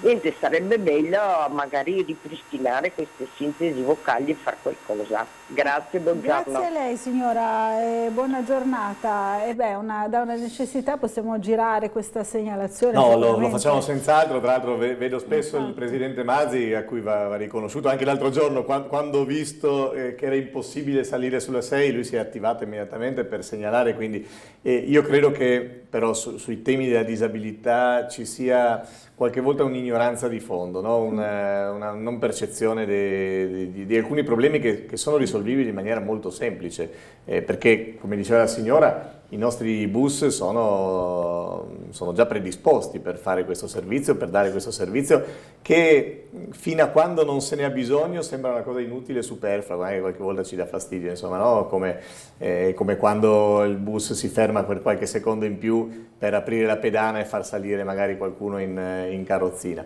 Ci sono delle esigenze che vanno rispettate perché me l'ho insegnato una persona disabile qualche anno fa, io poi mi sono occupato ad esempio delle persone che hanno problemi di udito, e una società che si attrezza e che attrezza i suoi luoghi pubblici, quindi penso ai mezzi di trasporto, ma penso anche ai luoghi dove viviamo, in maniera tale da tener conto di chi ha qualche bisogno, è una società che poi alla fine tiene conto di tutti, anche perché prima o poi, se non altro per anzianità, qualche acciacco e qualche problema ce l'avremo anche noi, quindi insomma cammineremo più lentamente, faremo le scale con più difficoltà, avremo bisogno degli ascensori, o che qualcuno ci ripeta le cose con un paio di volte perché non sentiremo più, quindi insomma avere questa attenzione sembra qualcosa di ma poi alla fine fa vivere meglio tutto. È vero. Allora, un'altra telefonata subito, buongiorno, chi è in linea con noi? Pronto? Vediamo se riusciamo a parlarci con questo telespettatore. Diceva la signora prima che si sente poco, allora provo a alzare la voce. Pronto, buongiorno? Sì, buongiorno, vi si sente molto poco al telefono. Ecco, comunque. mi conferma, c'è questo problema. Noi per fortuna la sentiamo bene, noi la sentiamo benissimo. Prego. Ah, beh, vabbè. Allora, intanto Francesco, tanti auguri, sono Maida. Grazie. E sei un cancro come me comunque, io ho il compleanno un paio di giorni dopo di te. Comunque, a parte questo, tanta salute che è la cosa principale, e volevo dire una cosa, che bisogna fare qualcosa per la sanità perché sta scoppiando. Cioè, sinceramente, un mio amico è stato operato della cataratta, doveva entrare in sala operatoria alle 8:30, è entrato a mezzogiorno e c'era un'infermiera sola. Cioè, voglio dire, queste cose, e non solo là, anche a Catinara succedono queste cose, non può stare un'infermiera sola in sala, deve essere anche uno di giro. E questo è una cosa logica. Ecco. Allora bisogna fare qualcosa, non so cosa si può fare, ma la gente non si rende conto di questo. Però un domani non si può piangere, perché bisogna anche che i giovani se ne rendano conto che la salute è una delle cose primarie. Come l'intelligenza, come la cultura e tutto quanto. Certo. Cioè mi pare un po' così. Cioè bisogna fare qualcosa, non lo so che cosa si può fare, ma non so, la gente è ipnotizzata, non riesco a capire, non posso capire. Comunque vabbè, volevo segnalare questo. Grazie. E poi dire un'altra cosa semplicemente ai ragazzi che hanno la matura, che non è la fine del mondo. Perché io ho addirittura fatto la matura alle superiori con tutti gli scritti e tutti gli orali e non sono morta. Ho fatto gli esami in seconda elementare, in quinta elementare, in terza media, dunque penso che questo ti insegna anche la vita e poi ci vuole un po' di più cultura. Non è che la scuola deve dartela, devi informarti anche tu un po'. Ecco, cioè ci sono Quasimodo, ci sono cose bellissime quest'anno. Moravia, e non li conoscono, io non riesco a capire queste cose, ragazzi, non ce la faccio. Comunque vabbè, grazie, buona giornata. Grazie signora, buona giornata. Insomma, un in bocca al lupo a tutti quegli studenti che sono impegnati nell'esame di maturità, oggi la seconda prova, no? Assolutamente sì, quest'anno non ho figli sotto esami, ma ricordo, è vero, col senno di poi è tutto semplice, però io mi ricordo di aver avuto una fifa terribile in quei giorni lì, paura, soprattutto l'orale è rimasto un incubo a lungo. Per me è il compito di matematica. Sulla sanità invece, guarda, io provo a dirla così, una volta la politica era molto più importante per le persone, molte persone facevano politica, tutti parlavano di politica, molto di più ci si interessava alla politica, pensiamo agli anni 60, agli anni 70, poi la cosa è un po' passata in secondo piano e anzi è passata l'idea che la politica è tutta una schifezza, che c'è la casta, che va tenuta lontano. Io oggi dico una cosa, alle persone dico ritornate a occuparvi di politica e se possibile anche a farla, nel piccolo e nel grande, se non volete farla per nessun altro motivo fatelo per non perdere la sanità pubblica.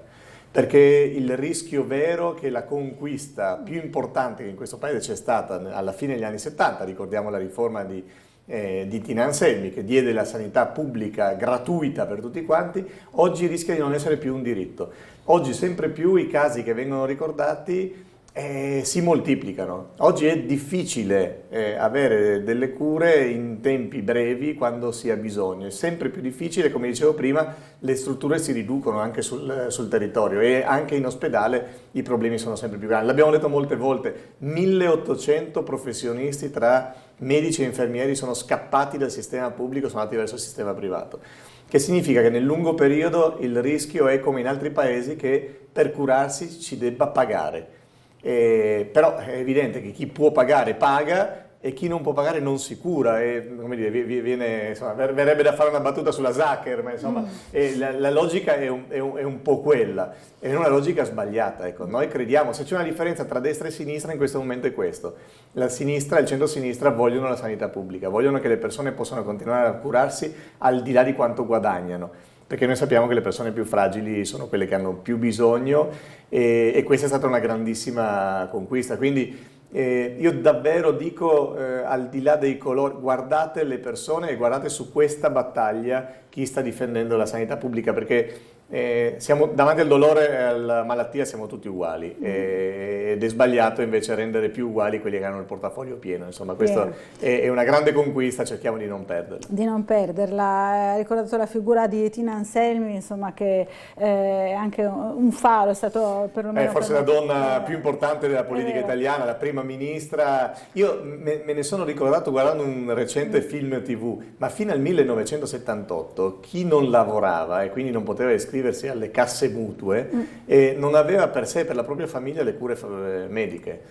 Solo dopo chiunque arriva in ospedale ha diritto, a prescindere. Se no torniamo come gli Stati Uniti, in cui se arriva l'ambulanza controlla prima se hai la carta di credito o l'assicurazione medica, e se no non ti curano. Non ti curano proprio. Insomma, è vero. Questa è una grande civiltà che noi abbiamo in Italia e dobbiamo difenderla. Insomma, anche se la situazione è molto difficile. Ieri sera ho fatto un incontro con 15 medici e sono molto preoccupati per le condizioni di lavoro, e manca l'organizzazione, quello che si diceva prima, no? Non si può scoprire che manca un infermiere, perché in questo momento mancano buoni manager nella sanità regionale, ed è una cosa che abbiamo detto molte volte, ma sembra che su questo l'assessore Riccardi non ascolta molto, ma noi continueremo a dirlo.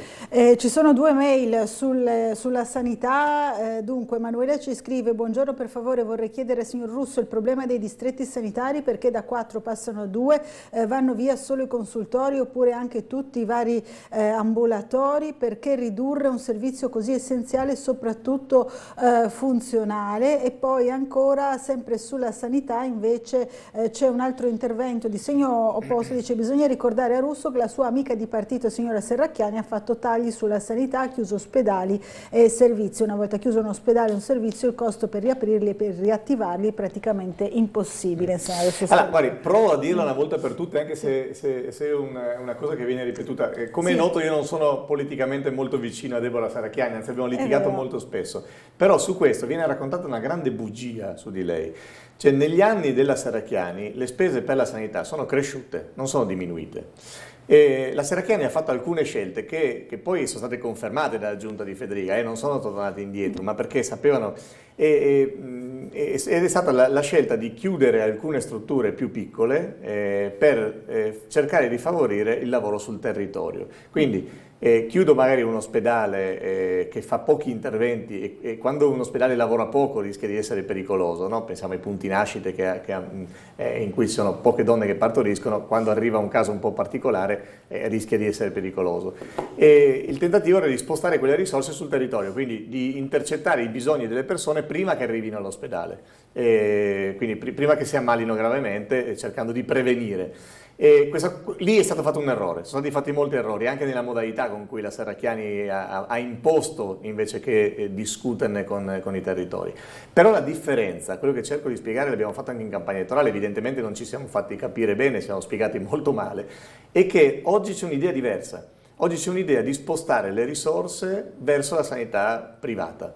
Ma non per la sanità convenzionata come siamo abituati per andare a fare gli esami del sangue, dove paga sempre il pubblico, ma il modello lombardo che viene richiamato spesso dall'assessore Riccardi, dove quasi il 50% della sanità è in mano ai privati. Quando i privati sono così forti, fanno loro il prezzo, decidono loro il prezzo e comandano loro il mercato. Ecco, questo non dobbiamo arrivare. La sanità non è un mercato. Il pubblico ha come obiettivo curare le persone, il privato anche quando fa un ospedale ha come obiettivo fare un guadagno. Non c'è niente di illecito sul guadagno, ma sulla malattia secondo me non si deve guadagnare. Io la dico con grande semplicità.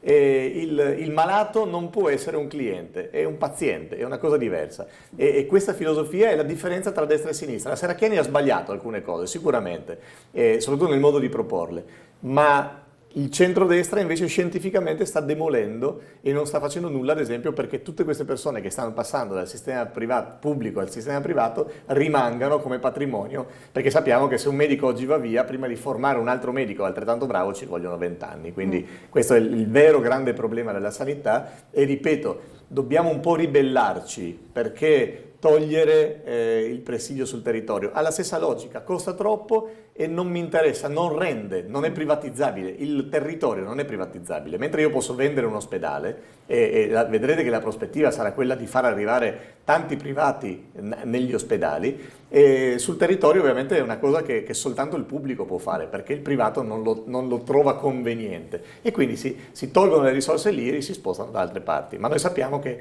il territorio è quello che aiuta le persone, soprattutto quelle più fragili. Allora, buongiorno, sempre in tema di sanità, per quale motivo, scrive il signor Raul, le strutture regionali e i media non pubblicizzano e indicano l'utilizzo dell'applicativo Where Are You, che permette una precisa localizzazione del richiedente soccorso? Insomma, dice il signor Raul, si dovrebbe pubblicizzare di più questa...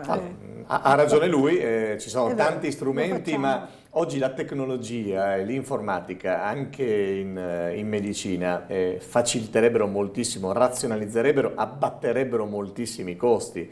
C'è un tema di modernizzazione nel nostro sistema. Qualche anno fa il Friuli Venezia Giulia era un'eccellenza a livello sanitario. Oggi noi abbiamo visto scappare prima di tutto i nostri manager, perché non servono soltanto i medici e gli infermieri, servono anche quelli che organizzano. Oggi la sanità è fatta di manager che ottimizzano i costi, che sanno contrattare con le case farmaceutiche piuttosto che con i produttori delle macchine straordinarie che oggi ci analizzano, o delle protesi che in una regione vengono comprate a 900 euro e in un'altra regione vengono comprate a 2200 euro. Ecco, chi è bravo a fare questo lavoro, che non è un lavoro medico strettamente, ma aiuta la sanità a stare nei costi e quindi a offrire sempre un servizio migliore. Noi abbiamo perso i manager prima e adesso stiamo perdendo i medici. Ripeto, è una cosa su cui i cittadini devono ricominciare a fare politica. Chiamatela come volete, devono farsi sentire, devono venire a cercarci, inseguirci, insistere perché difendiamo le loro buone ragioni. Perché se ci tolgono...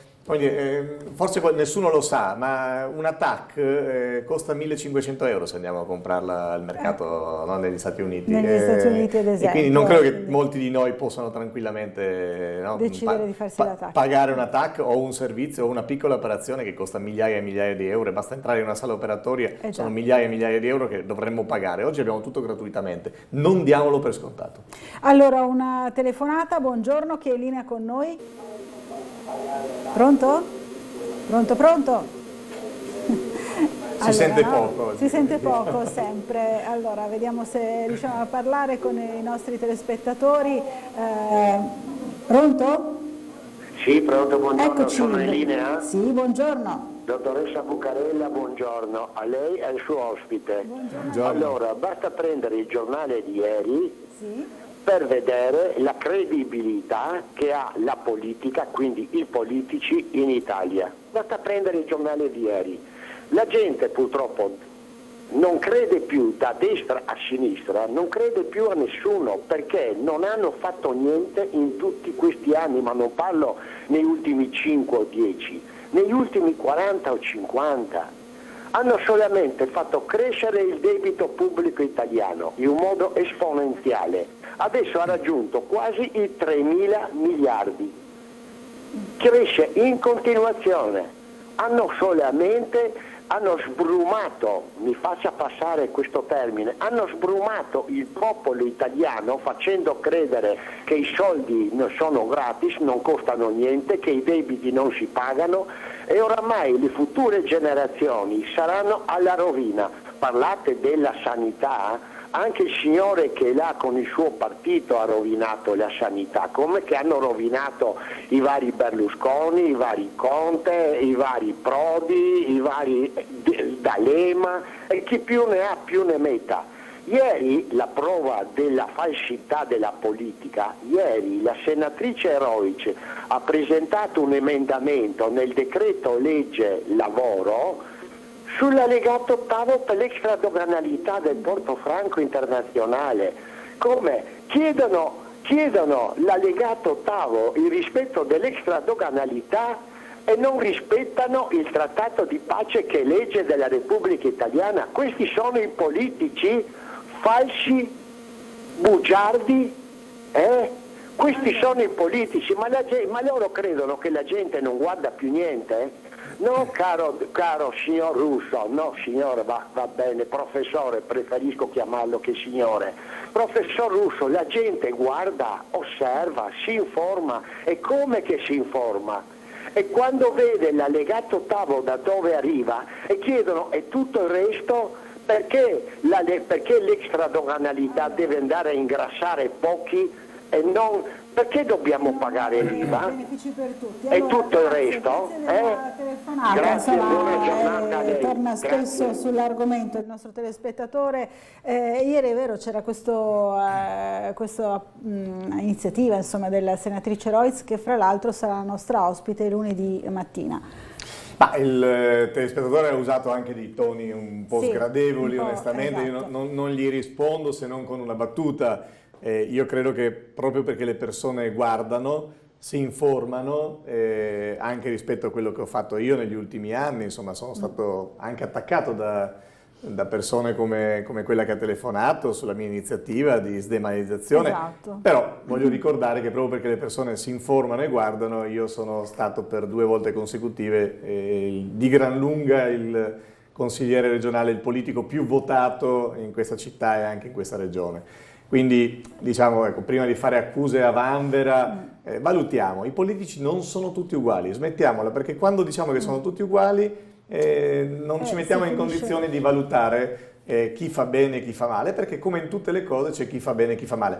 Io sono orgoglioso di quello che abbiamo fatto su Porto Vecchio, abbiamo sdemanializzato, abbiamo spostato i punti franchi, Zeno D'Agostino ha riconosciuto che quella cosa lì ha permesso di rimettere in moto il porto di Trieste, di offrire delle opportunità in cui oggi ovviamente non si torna indietro con la storia, Trieste è italiana, è giusto che sia così, questo hanno voluto i triestini e le triestine, ricordiamocelo sempre, e quindi non torneremo un territorio libero sognando un Monte Carlo, ma abbiamo degli strumenti legislativi, ha fatto bene la collega Rojc a stimolare ulteriormente il Parlamento, perché noi sappiamo, e con Zeno D'Agostino stiamo lavorando per questo, che ci sono delle potenzialità per utilizzare i punti franchi anche in chiave produttiva. In questa settimana, se non sbaglio, ci sarà un'inaugurazione anche di BAT è qui anche perché Trieste offre delle condizioni particolari e negli anni noi speriamo possa offrirle sempre di più, in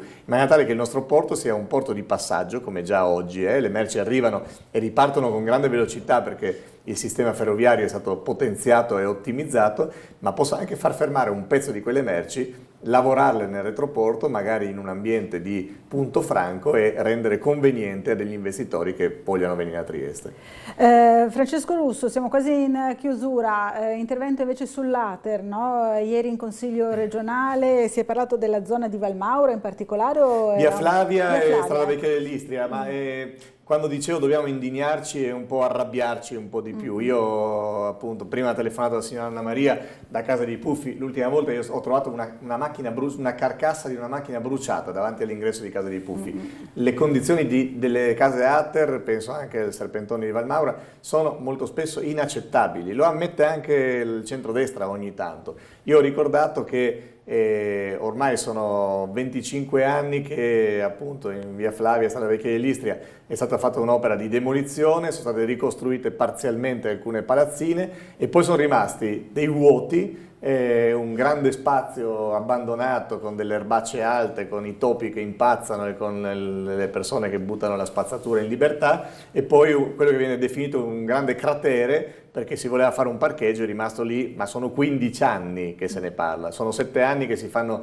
incontri partecipati per decidere di costruire un giardino. Io dico all'Atere e al Comune: cominciate a farlo, perché in periferia si comincia a vivere male, si comincia a vivere con fatica, e questo si aggiunge alle fatiche che tanti genitori mi raccontano rispetto ai loro figli, a cui non offriamo spazi. Avevamo proposto in campagna elettorale: costruiamo dei campetti liberi per giocare a basket, per giocare a calcio, diamo ai nostri giovani gli educatori di strada, degli adulti che possano accompagnarli in un momento di grande sbandamento, perché poi le psicologhe, le assistenti sociali ci dicono che i casi di malessere, di abuso, di disordini alimentari stanno crescendo nei nostri figli, nei nostri giovani. E quindi ecco, c'è una risposta vera da dare. Chiedetela alla politica, ribadisco, la politica non è, mi dispiace smentire la politica non è tutto uguale, come in tutte le cose ci sono le persone brave, in ogni ufficio, in ogni scuola, in ogni società di calcio ci sono le persone più brave e quelle meno brave. E chiedete alla politica di risolvere i problemi, meno chiacchiere. Quando vedete un annuncio andate a vedere se poi succede veramente qualcosa. E noi soprattutto sulle periferie lavoriamo, stiamo lavorando e continueremo a lavorare anche con alcune proposte in autunno che spero di venire a raccontare, perché dobbiamo far succedere cose belle nelle nostre periferie che negli ultimi anni sono state abbandonate. La chiusura della galleria di Piazza Foraggi, oltre a essere una grande presa in giro, no, perché abbiamo 20 annunci di riaperture che non sono mai successe, ma al di là degli scherzi c'è un dato importante: quella galleria taglia fuori la città più periferica dal centro. Questa è la cosa più grave, proprio la parte che avrebbe più bisogno di essere in collegamento con le cose belle, importanti, anche per portare i nostri giovani a godere della bellezza delle istituzioni anche internazionali. Dobbiamo far conoscere anche i giovani delle periferie gli istituti di ricerca, la bellezza, i musei che abbiamo in centro, far partecipare alla vita cittadina. Non si può pensare soltanto a Piazza Unità, ecco, la città merita di meglio, insomma, noi su questo insisteremo, e in Consiglio regionale io sicuramente non mollerò la presa fino a quando Ater non farà alcune cose importanti che si possono fare. Allora, giornata di compleanno impegnativa, adesso lasciamo appunto ai suoi impegni, dalle 10 ci vediamo in Consiglio regionale. In Consiglio regionale ci saremo anche noi naturalmente con queste mozioni, no? Che riguardano... Ma sì, guardi, in 30 secondi, noi abbiamo un assessore che dovrebbe fare l'assessore a tempo pieno, perché fare l'assessore regionale è una cosa che si fa a tempo pieno, ma è il padrone al 40% di un'azienda che invece fa dei bandi con il Comune di Trieste, con molte realtà pubbliche e parapubbliche di questa regione, e già questo sarebbe sconveniente. Ha detto che lui era semplicemente un azionista di minoranza. Noi abbiamo scoperto settimana scorsa che guadagna 30.000 euro al mese da questa società, e quindi è un dirigente. Allora vogliamo capire cosa fa come dirigente e come i due ruoli non siano in conflitto di interesse. E poi abbiamo scoperto che ha comprato un appartamento in maniera un po' strana, insomma, dal Mediocredito, che è una società pubblica controllata dal suo assessorato. Ecco, quindi oggi glielo chiederemo, lo chiederemo soprattutto al Presidente Fedriga, che negli ultimi 10 giorni è stato imbarazzato e silenzioso su questo tema, ma vediamo un po' cosa succede. Seguiremo la vicenda. Grazie, Grazie a voi, buona giornata. Noi ci fermiamo per un po' di pubblicità, fra poco.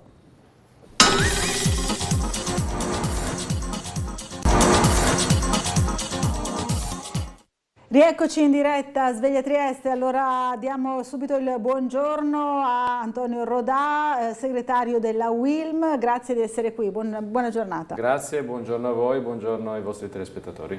Allora, vedo anche in collegamento già subito il nostro Bernardo Gulotta, al quale do subito la linea perché abbiamo qualche piccolo problema oggi di linee telefoniche, non vorrei perderlo, ed è in compagnia di Alberto Polacco. Allora, a te la linea, Bernardo.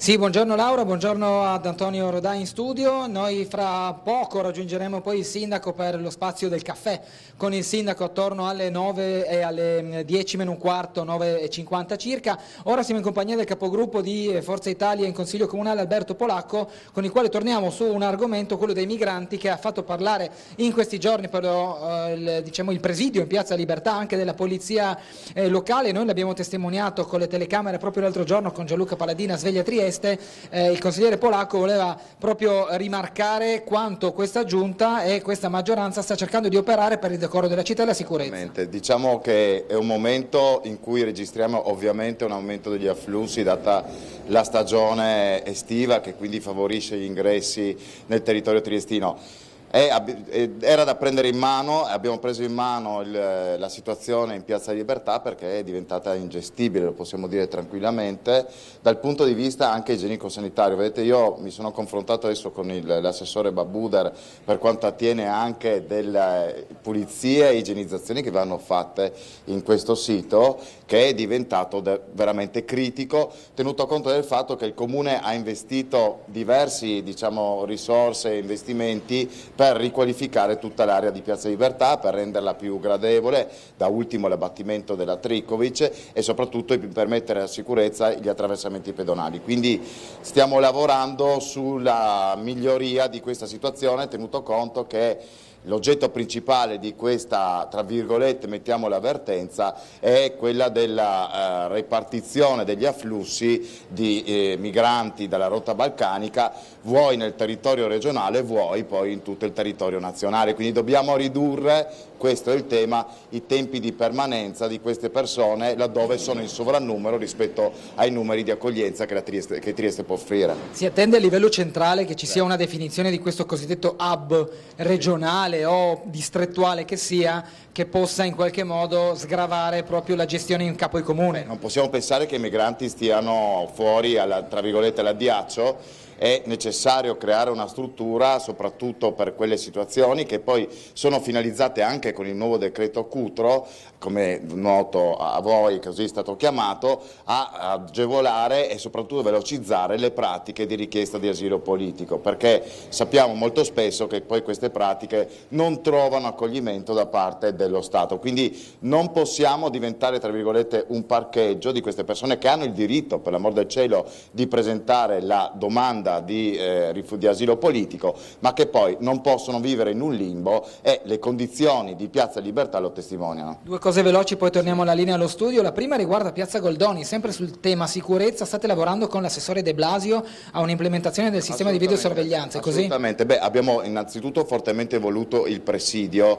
da parte delle forze dell'ordine, che sta funzionando. Quindi episodi di violenza come si erano caratterizzati negli ultimi tempi sono nettamente diminuiti, se non azzerati. Io ho fatto una proposta, se vi ricordate, che era quella dell'abbattimento, e vogliamo portarla avanti, del muro di cinta lato Corso Saba, perché quello di fatto è un muro antiestetico che non aggiunge niente alle caratteristiche della piazza, semmai le riduce, e toglie chiaramente visibilità e controllo da parte invece delle forze dell'ordine.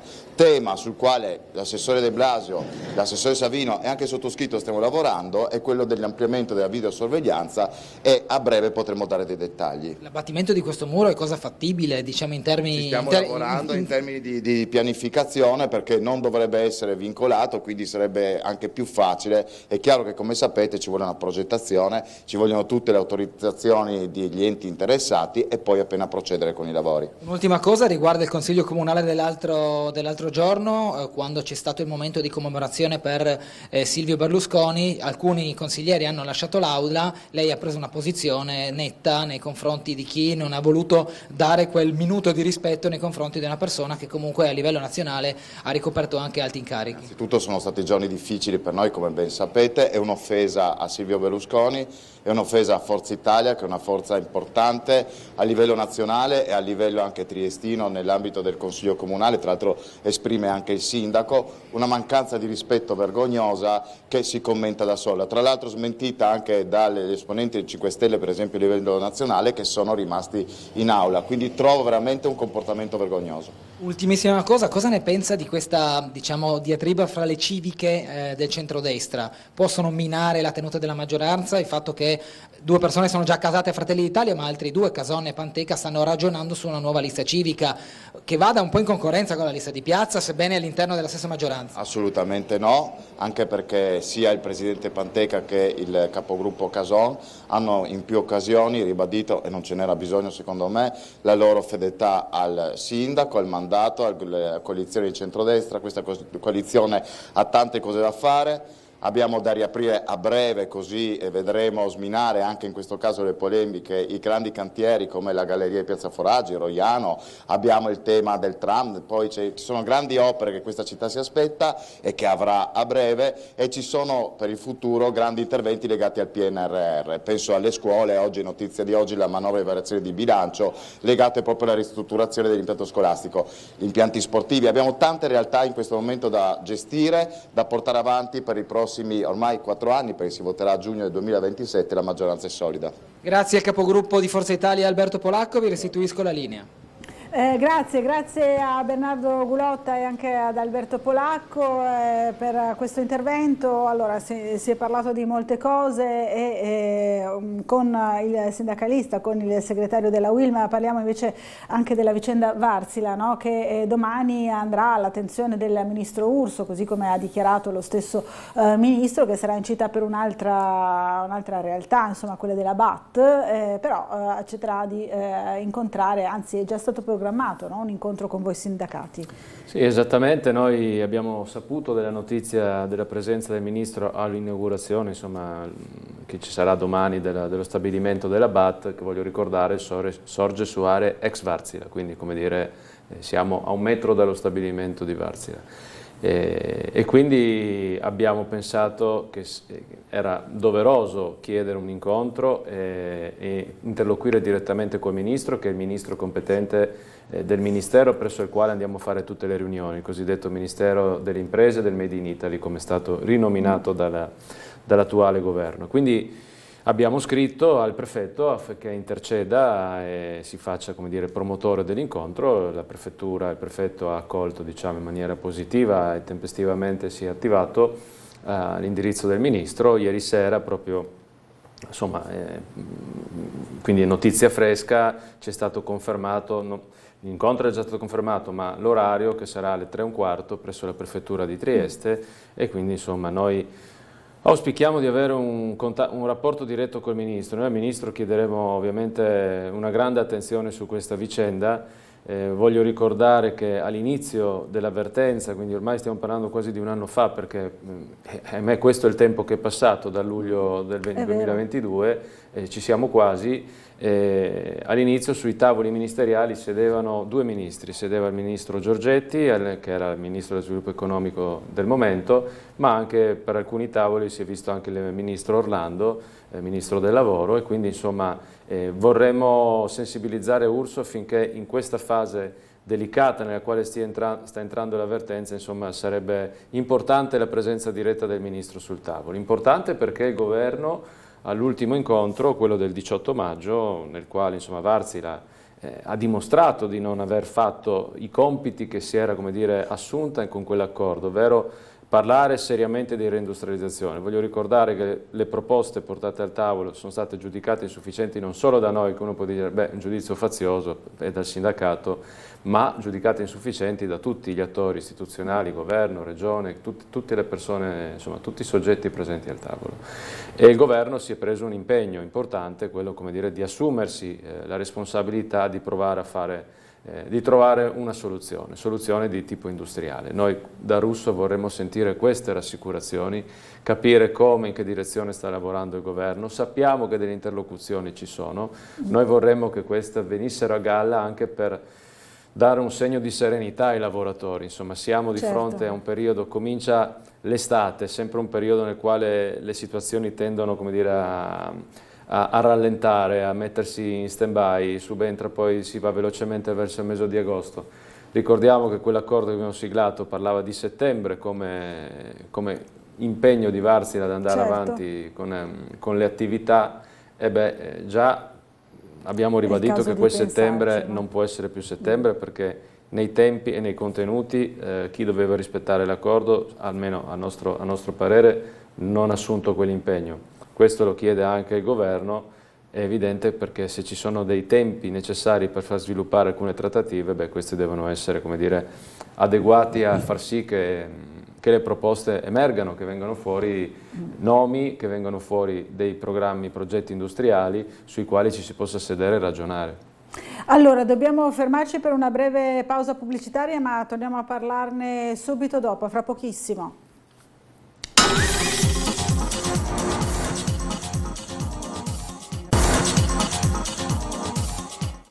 Bentornati in diretta a Sveglia Trieste. Allora, vi ricordo che siamo sempre in compagnia del segretario della UILM, Antonio Rodà, ci ha parlato adesso dell'incontro di domani, no, su Wärtsilä, con il ministro Urso, un ministro che sarà presente proprio per invece la BAT, no?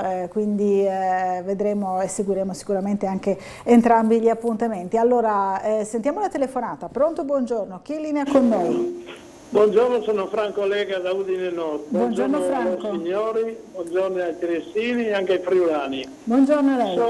Sono in linea da prima che c'era il signor Russo, quale dico che ha avuto una bella lavata di testa, anche con molto shampoo da quel signore là. Ma non so il signor Russo che non capisce niente, capisce? Perché quando prende il pallino lui risponde anche a domande non richieste. È possibile. Ha detto che noi non siamo coerenti e non andiamo a rompere le scatole loro, non siamo in società. Ma se qui ogni tanto anche spesso parliamo con la televisione e gli diciamo i problemi e portiamo i problemi e non rispondono e non accettano i problemi. Ad esempio il signor Di Piazza adesso ha fatto un qualcosa, cioè ha titilato o titilerà il prefetto, e che metta due persone, due agenti al servizio del monumento al Sisi. Ma perché non poteva farlo prima? Ma perché non manda il prefetto a controllare i confini che entrano senza documenti? Ma è possibile che bisogna essere noi a dire le cose che poi voi non fate un bel niente? Ma è possibile che nel senso della politica intende, va bene. Chiaro, grazie. Insomma, torna sul tema dei migranti, il signor Franco da Udine ci torna spesso. C'erano anche un paio di mail in realtà su questo tema che sono arrivate e poi non abbiamo fatto in tempo a leggerle. C'era Davide, scusate, che scrive: visto che i porti chiusi e il blocco navale sono utili solo per raccogliere voti ma inapplicabili nella realtà, adesso gli alibi che si inventano prevedano l'invasione di territori sovrani. Sono vecchio abbastanza per ricordare le polemiche sulla guardia costiera jugoslava e tunisina che sparavano sulle barche di pesca italiane che sconfinavano, e lì si trattava di pesci e non di bambini, scrive Davide su questa tematica. Ancora sui migranti, Andrea invece, ecco, visto che questa era un'altra mail, dunque vediamo se riesco a recuperarla, mi è sparita. C'era un altro intervento appunto sulla questione di Piazza Libertà, ecco, solidarietà e vicinanza alle forze dell'ordine in servizio nel comune di Trieste per essere impropriamente richieste in questi giorni dall'amministrazione comunale a sorvegliare in modalità straordinaria Piazza Libertà, dove non c'è affatto un problema di sicurezza o di ordine pubblico, bensì umanitario e, aggiungo, sanitario. Insomma, questo è l'intervento di Andrea su varie problematiche che riguardano questo tema, no? Della presenza anche visibile, insomma, delle migrazioni nella nostra città. Noi tocchiamo con mano la questione immigrati. Sicuramente le barche che attraversano il Mediterraneo hanno un impatto visivo molto più forte, come dire, come immagine, anche purtroppo per le tragedie che vive quel mare. Però siamo, come dire, nella nostra città, tra i primi testimoni nel nostro paese di cosa vuol dire questi flussi migratori. Io personalmente quando vado a lavorare ogni mattina verso la sede che abbiamo ad Omio, in zona industriale, insomma, vedi i ragazzi che scendono con gli zaini lungo la strada verso città, adesso insomma ricomincia la bella stagione, quindi è normale aspettarsi un flusso. Penso che sia difficile, come qualcuno ricordava nelle mail che poc'anzi si leggevano, pensare di fare un controllo passaporti. Ecco, io penso che i documenti di identità sia l'ultimo dei problemi che portano, nel senso l'ultimo dei pensieri, ecco, di chi intraprende quel viaggio, e soprattutto, come dire, stiamo parlando di fronte a una situazione di carattere umanitario, questo pare evidente. Poi insomma, dietro con sé portano tante questioni, adesso senza voler entrare in tutto, ma la questione di Piazza Libertà diventa un po' la vetrina di quello che è il problema, insomma, no? Infatti, tante persone che stazionano lì senza, come dire, senza una meta, ciascuno con le proprie situazioni. Sicuramente, come dire, per la popolazione della città diventa un punto difficile, critico da vivere, e quindi insomma sono un po' legittime tutte le prese di posizioni, ed è difficile affrontare sempre con equilibrio situazioni del genere, perché vanno viste da più punti di vista. Allora, abbiamo un'altra telefonata, la sentiamo subito. Pronto, buongiorno, chi è in linea con noi? Buongiorno signora Laura, volevo dire solo una cosa. Prego. Sono d'accordissimo con i due signori che hanno telefonato prima. Sì. Allora, io volevo dire questa cosa qua. Perché quando è iniziata la guerra in Ucraina, gli uomini ucraini hanno portato in Italia le loro donne, i loro figli, le madri, le sorelle, e loro sono ripartiti per combattere, e qua arrivano solo ragazzi ventenni? Lo diciamo perché spesso, insomma, sono situazioni di donne diverse. ce ne sono pochissime. Una Capito. percentuale, sì. Quindi è d'accordo, insomma, con quello che è stato detto, in più aggiunge anche questo fenomeno che, insomma, l'abbiamo visto, no? Quando è scoppiata la guerra in Ucraina, in realtà sono arrivate soprattutto donne e bambini, o forse qualche signora anziana, sono no? ritornati a combattere. E gli uomini, quelli che erano venuti, appunto, sono tornati nel loro paese, mentre Invece così non qua succede da stanno altri, solo delle persone da altri giovani. flussi migratori. È vero, è Quindi dato non di è la fatto. scusa della guerra da cosa scappano, bisogna vedere quale Bisognerebbe vedere proprio le situazioni singole, è vero, dei diversi paesi, conoscerle meglio. Non sto parlando delle situazioni singole, Dei diversi paesi intendo. Dei che stanno facendo, compresa l'Italia, hanno bisogno di una manodopera economica, di conseguenza abbassano gli stipendi ai nostri ragazzi perché questi lavorano per niente quasi, ma perché vengono loro e non vengono le donne? Lei lascerebbe sua madre o suo padre? È una questione anche culturale probabilmente, no? Di diversi paesi o comunque di diverse situazioni. Comunque ha ragione, Ma succede penso che la madre, questo. Signora Laura, in qualsiasi paese la madre è la madre. Certo, assolutamente. Quindi non è una questione culturale.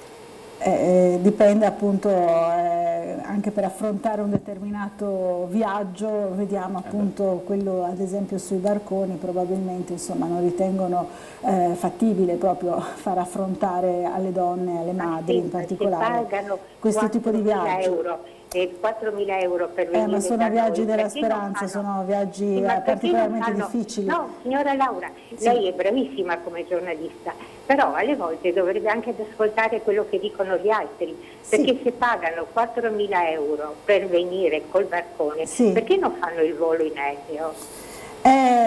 Questa è una questione che insomma è difficile rispondere a una domanda di questo tipo. Comunque grazie signora per il suo intervento. Sì, è chiaro che è la prima domanda che ci si chiede, ma è chiaro che se potessero farlo lo farebbero. Perché evidentemente. No? È chiaro che nessuno imbarcherebbe quei passeggeri. Possibile, no? Infatti. Ma per una questione di autorizzazioni a visti e di ingresso e quant'altro. E quindi non è proprio possibile un viaggio di questo tipo più comodo. Se posso dire una cosa, bisogna distinguere. Il conflitto ucraino, è vero, sì, sono arrivate tante donne e bambini. Sì. Lì è uno scenario nel quale si è organizzata una comunità internazionale, esatto, anche con viaggi, con gli autobus. Molte sono anche tornate indietro. Tanti sono tornati indietro. Ecco, nonostante la guerra continua. Come ricordavi, è una questione anche culturale. Certo. Chi parte da quelle zone dalle quali insomma, arrivano questi flussi migratori, fondamentalmente lo fa uno perché c'è da affrontare un viaggio, quando si pensa di affrontare viaggi a piedi, insomma, attraverso situazioni, esporre, come dire, donne e bambini a quel viaggio sarebbe molto difficile, ma anche mediamente lo fa l'uomo che va verso la possibilità di poter lavorare poi, come dire, per poi magari richiamare la famiglia in un secondo momento. Esattamente, quindi qualcuno lo fa, insomma, esatto. sono situazioni a mio parere diverse, perché mentre tra Russia e Ucraina è in corso un conflitto dichiarato ed evidente, qui stiamo parlando di zone in cui sì, ci sono stati conflitti o comunque ci sono tensioni di carattere politico e quant'altro, per cui... E per questo dicevo, appunto, andrebbe analizzato caso per caso ogni singolo paese, ogni singola situazione, sì, no? Da cui fuggono queste persone, certo, che può essere davvero molto, possono essere diverse l'una dall'altra. E la signora ha toccato un tema anche importante che riguarda poi i sindacati, il fatto che i lavoratori stranieri accetterebbero appunto paghe più basse e quindi in qualche modo drogherebbero il mercato del lavoro anche per i lavoratori qui in Italia, ad esempio, no? È un fenomeno su cui i sindacati devono vigilare, no? Sempre. Certo, in Italia si può dire sicuramente una cosa, che io vedo con difficoltà che queste persone creino un dumping contrattuale, come dire, che riscrivano al basso il diritto dei lavoratori, nel senso che chi arriva da quelle situazioni e arriva nel nostro paese fondamentalmente trova lavoro in contesti, posso pensare alla raccolta nei campi, posso pensare alla bassa manovalanza, ma perché questo è il tipo di offerta verso la quale loro vanno incontro. Noi vogliamo ricordare che quando sono arrivati, come dire, i flussi migratori dalla Siria, la Germania, che è un paese un po' più organizzato di noi fondamentalmente, è andata a prendersi ingegneri, laureati, gente che aveva i curriculum, se li è andati a prendere, gli ha fatti gli accompagnati giù dai treni, come dire, quando sono arrivati con i convogli umanitari, e quindi ha fatto un ragionamento, no? Perché è evidente che serve nel nostro sistema produttivo in Europa, insomma, nel cosiddetto mondo occidentalizzato, servono competenze, servono professionalità.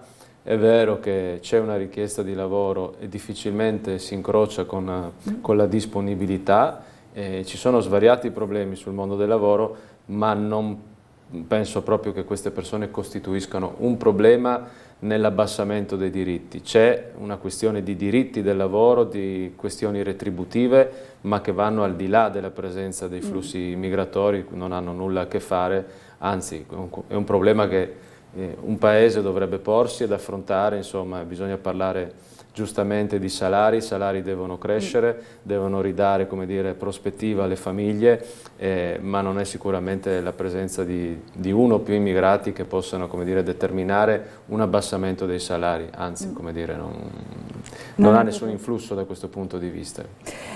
Allora, dobbiamo fermarci per una breve pausa pubblicitaria e ci rivediamo subito dopo, fra pochissimo.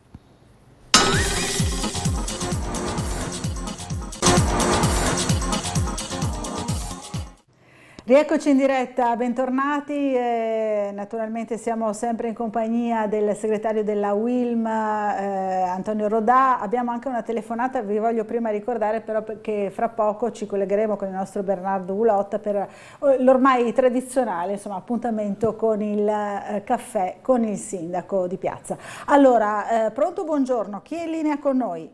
Sì, ciao. Buongiorno, con chi parliamo perché non si è sentito benissimo? Sergio. Sergio, buongiorno, buongiorno. Buongiorno. Ecco, prima vi sentivo bene, adesso non vi sento più. E noi però la sentiamo meglio, quindi prego, ci dica pure. Allora, sarò breve così non vado a interrompere il sindaco. Va bene. Allora, se seguo il discorso prima della sanità. Sì.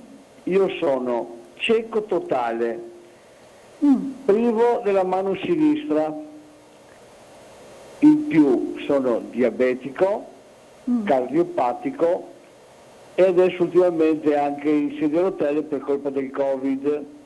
Accidenti. Io sono un po' incazzato con la SUGI per via dei protocolli che sono delle cose economico-politiche, non sanitarie.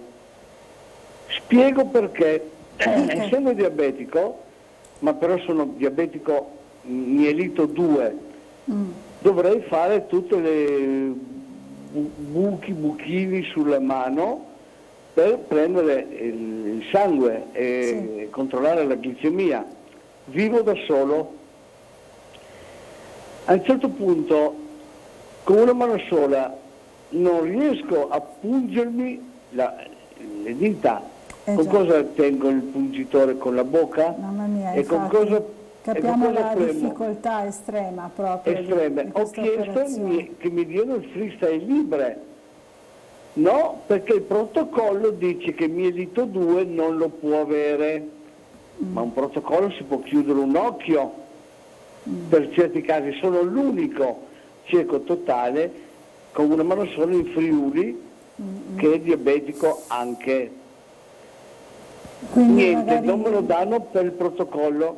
Mi hanno detto se lo vuole se lo compri, costa 70 euro ogni 14 giorni. Io me lo sto comprando, però io ho provato anche a chiamare l'assessore Riccardi, ho provato tante strade, sbattere i pugni, niente da fare. Ho capito, chiede se qualcuno magari la può aiutare in questa Esatto, richiesta, perché in 3/4 d'Italia lo danno a tutti, mielito 1, mielito 2. Qua in Friuli Venezia Giulia, almeno Asulgi, no. Non lo dà. Abbiamo capito, allora intanto un abbraccio, cerchiamo di esserle vicini in questo momento difficile, cerchiamo di fare quello che possiamo, magari stimolare qualcuno se ci sta ascoltando, per cercare di aiutarla in qualche modo a superare questo momento difficile. Basterebbe magari poco probabilmente, quindi non lo so. Cerchiamo di fare qualcosa e di attivare in qualche modo qualcuno. Grazie intanto, buona giornata, un abbraccio davvero. Grazie. Beh, è una situazione davvero difficile quella in cui si trova questo signore che si chiama Sergio. Diciamo che i protocolli e la burocrazia a volte fanno a pugni con il buon senso, e questo mi sembra un caso abbastanza evidente, quindi spesso ci complichiamo la vita senza pensare che dietro dei protocolli e delle rigidità amministrative poi ci stanno situazioni che vanno interpretate di caso in caso, e penso che questo sia un caso che debba assolutamente essere preso in considerazione in maniera non protocollare. Ecco, insomma. Abbiamo parlato molto questa mattina anche di sanità, no?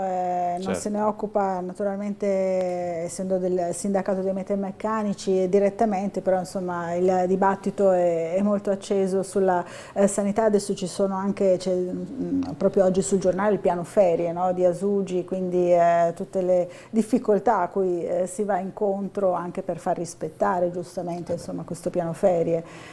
Insomma, una situazione non semplice, no? In cui versa la sanità della nostra regione. Piani ferie interessano tutte le aziende, chiunque lavori, voglio dire, quindi a maggior ragione penso nell'ambito della sanità, insomma, da una parte c'è il diritto del lavoratore a usufruire delle sue ferie, che è un diritto, voglio ricordare, sancito dalla Costituzione del nostro Paese, prima che contrattuale, dei contratti di lavoro, e dall'altra c'è ovviamente, suppongo, la necessità di andare a dare copertura, come dire, ad un servizio. Questo mette un po' allo scoperto le difficoltà, ovvero quello che viene denunciato molto spesso anche dai nostri colleghi del mondo della sanità, insomma la carenza di personale, la fuga verso come dire, il mondo del privato. Su questo è uno dei temi su cui insomma, chi governa il pubblico deve intervenire per invertire la rotta. Insomma, noi eravamo un paese, soprattutto anche la nostra regione, un'eccellenza da questo punto di vista. Sicuramente di posti in classifica ne abbiamo persi parecchi, quindi o la questione va affrontata, se no il rischio insomma, è quello di uno smantellamento sempre più radicato insomma, del mondo della sanità pubblica, e penso che un paese come il nostro non se lo possa permettere francamente. Allora, cambiando sempre ambito, c'è stata anche ieri la notizia dell'intesa per i 70 esuberi alla cartiera Mondi, no? La cartiera ex Burgo insomma, sì, di Duino, entro la fine di quest'anno. Diciamo che comunque questo era già previsto da un accordo, no? Della primavera scorsa, però insomma, si va verso questa situazione che non è sicuramente felice, no? Purtroppo. No, purtroppo no, diciamo, le vicende della ex cartiera Burgo insomma, vive un travaglio da anni. Insomma, io avevo personalmente seguito per un tratto anche un pezzo di questa vicenda anni fa, e quindi insomma, purtroppo è anche lì una situazione in cui si va via via riducendo sempre di più la presenza industriale, il numero degli addetti. E questa è un po' la storia di tutte le partite del nostro territorio. La Burgo, mi viene da pensare alla Flex ad esempio, dove nel 2015 eravamo quasi 700 dipendenti, come dire, oggi a fronte delle uscite volontarie e della chiusura dei contratti degli interinali siamo arrivati a circa 360 dipendenti, quindi c'è una presenza industriale del nostro territorio che arretra costantemente, arretra nei numeri, come dire, diventano sempre più piccole isole, come dire, riserve di caccia quasi, no? E quindi è un allarme che noi lanciamo da troppo tempo.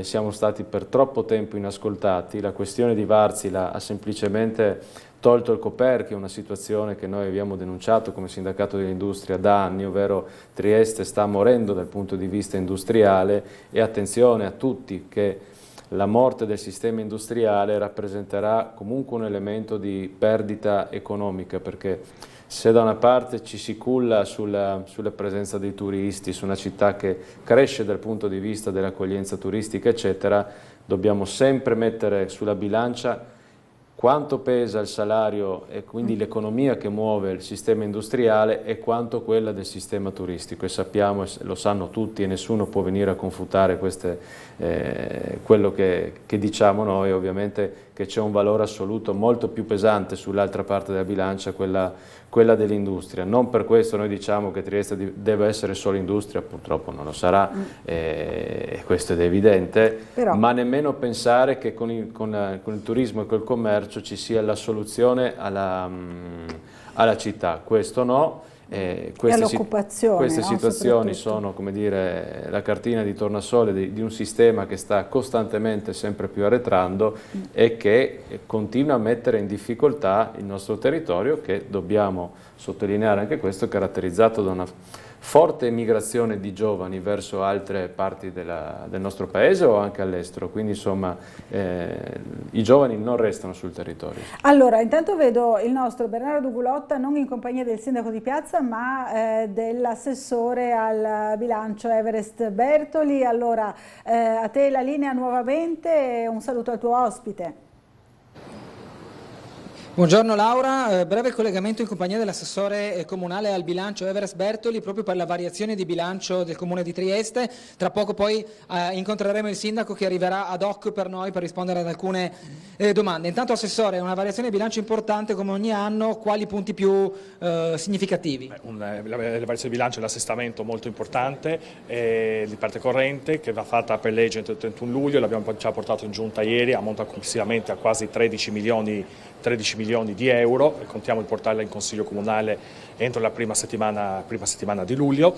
Tra i punti molto significativi sono degli importanti stanziamenti per quanto riguarda la cultura, 1.250.000 euro, i teatri 1.616.000 euro, ma anche la manutenzione dei verdi e dei giardini, quasi 500.000 euro. C'è un punto molto importante altrettanto che segnalo, quello del centro congressi del TCC, dove procediamo con un contributo di 1.300.000 euro per il riequilibrio del piano economico finanziario, perché noi crediamo fortemente nello sviluppo e nell'attività che sta svolgendo quel centro, colpito duramente dai 2 anni di Covid della pandemia proprio nell'apertura, pertanto investiamo in modo molto importante e scommettiamo insieme sul suo sviluppo. E poi ci sono anche tanti piccoli interventi che riguardano le altre aree come educazione, 100.000 per organizzare Next per esempio, così come un impegno molto importante per il personale, 3,5 milioni di euro per quanto riguarda gli aumenti Istat e il riconoscimento dei premi del personale che sta svolgendo un egregio lavoro all'interno di questa amministrazione,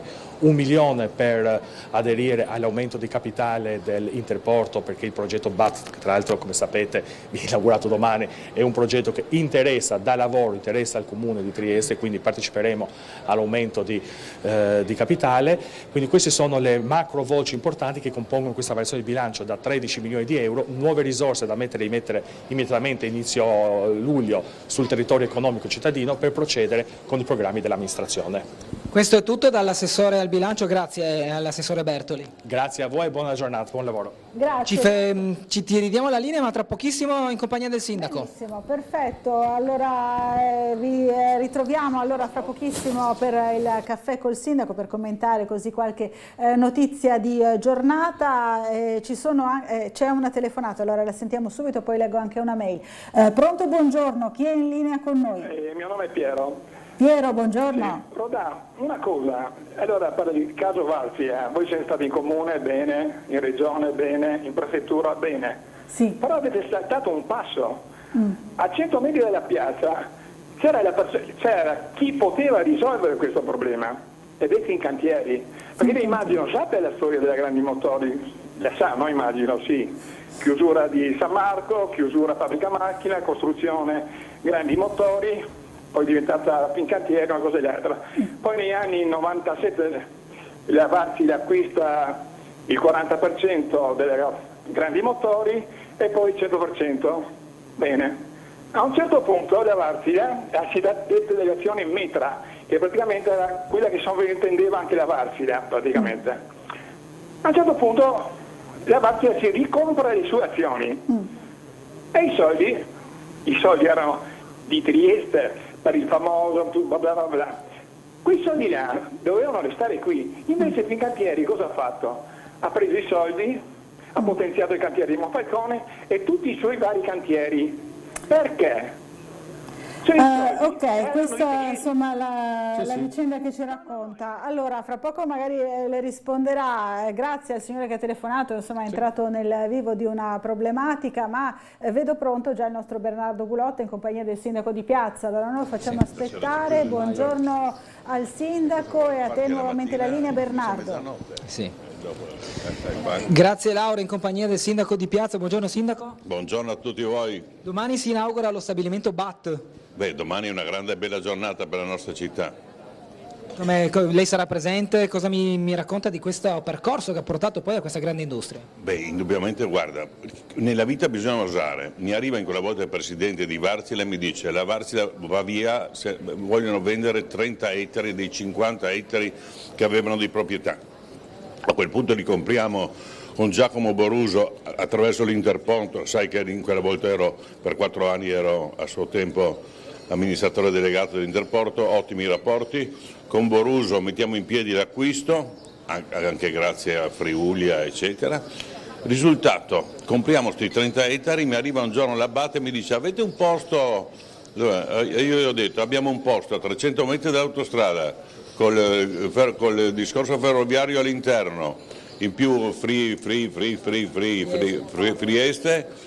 Risultato, domani inauguriamo. Sono quelle cose belle della vita, no? Perché il treno ti passa davanti, o lo prendi o l'hai perso. Poi là vicino in verità c'è un po' una situazione di chiaroscuro, no? Con la Varzila proprio a pochi metri, ora in studio con noi il segretario Wilm Antonio Rodà che sta seguendo da vicinissimo proprio la situazione della vertenza Varzila. Beh, la Varzila si è comportata male perché, ripeto, in quella volta era il 2017, hanno detto se ci comprate i 30 ettari noi rimaniamo, difatti avete visto dopo 4-5 anni, insomma siamo abituati, sai, questi sono gente che...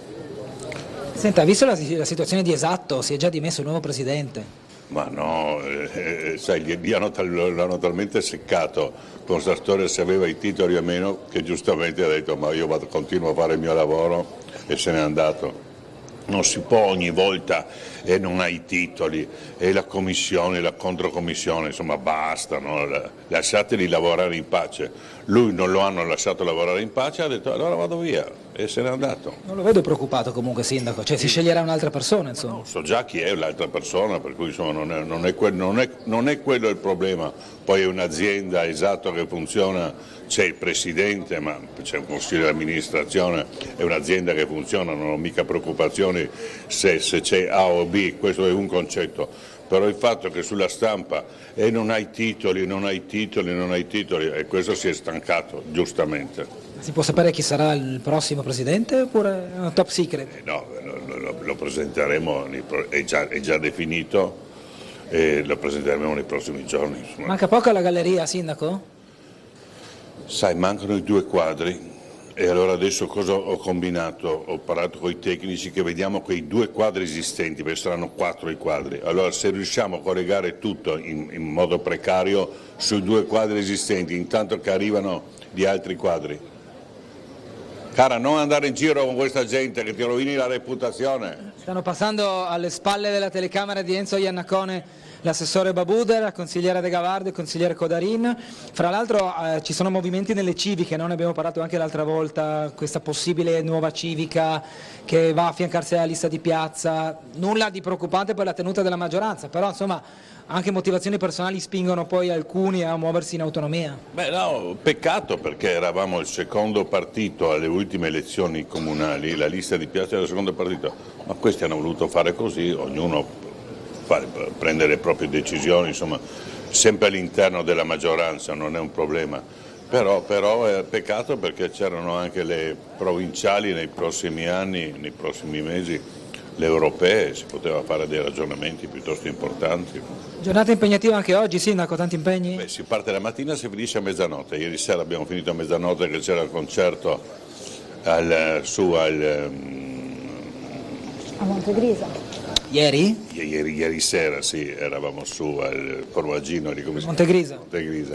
E stasera invece c'è il concerto di Luttazzi a Miramare che sarà qualcosa di bellissimo. Prima c'è il ricevimento della Batta alla Tripovic, ripeto, si parte la mattina e a mezzanotte ritorniamo a casa. E c'è anche la presentazione dei Rossetti, no? Alle 11 oggi c'è la presentazione dei Rossetti, che è un orgoglio della nostra città. I Rossetti insieme col Verdi veramente sono 2 orgogli della nostra città. Rossetti sta facendo numeri straordinari. Come prosegue invece con la ciclabile? Perché ho visto i lavori in corso, no?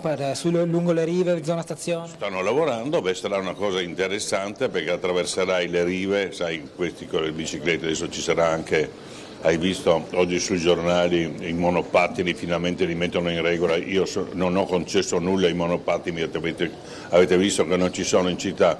Quando vai a Parigi, quando vai a Milano, ce n'erano migliaia, ho parlato con Sala, ci sono stati addirittura a Milano dei morti, tanto per dirti, con questi benedetti monopattini.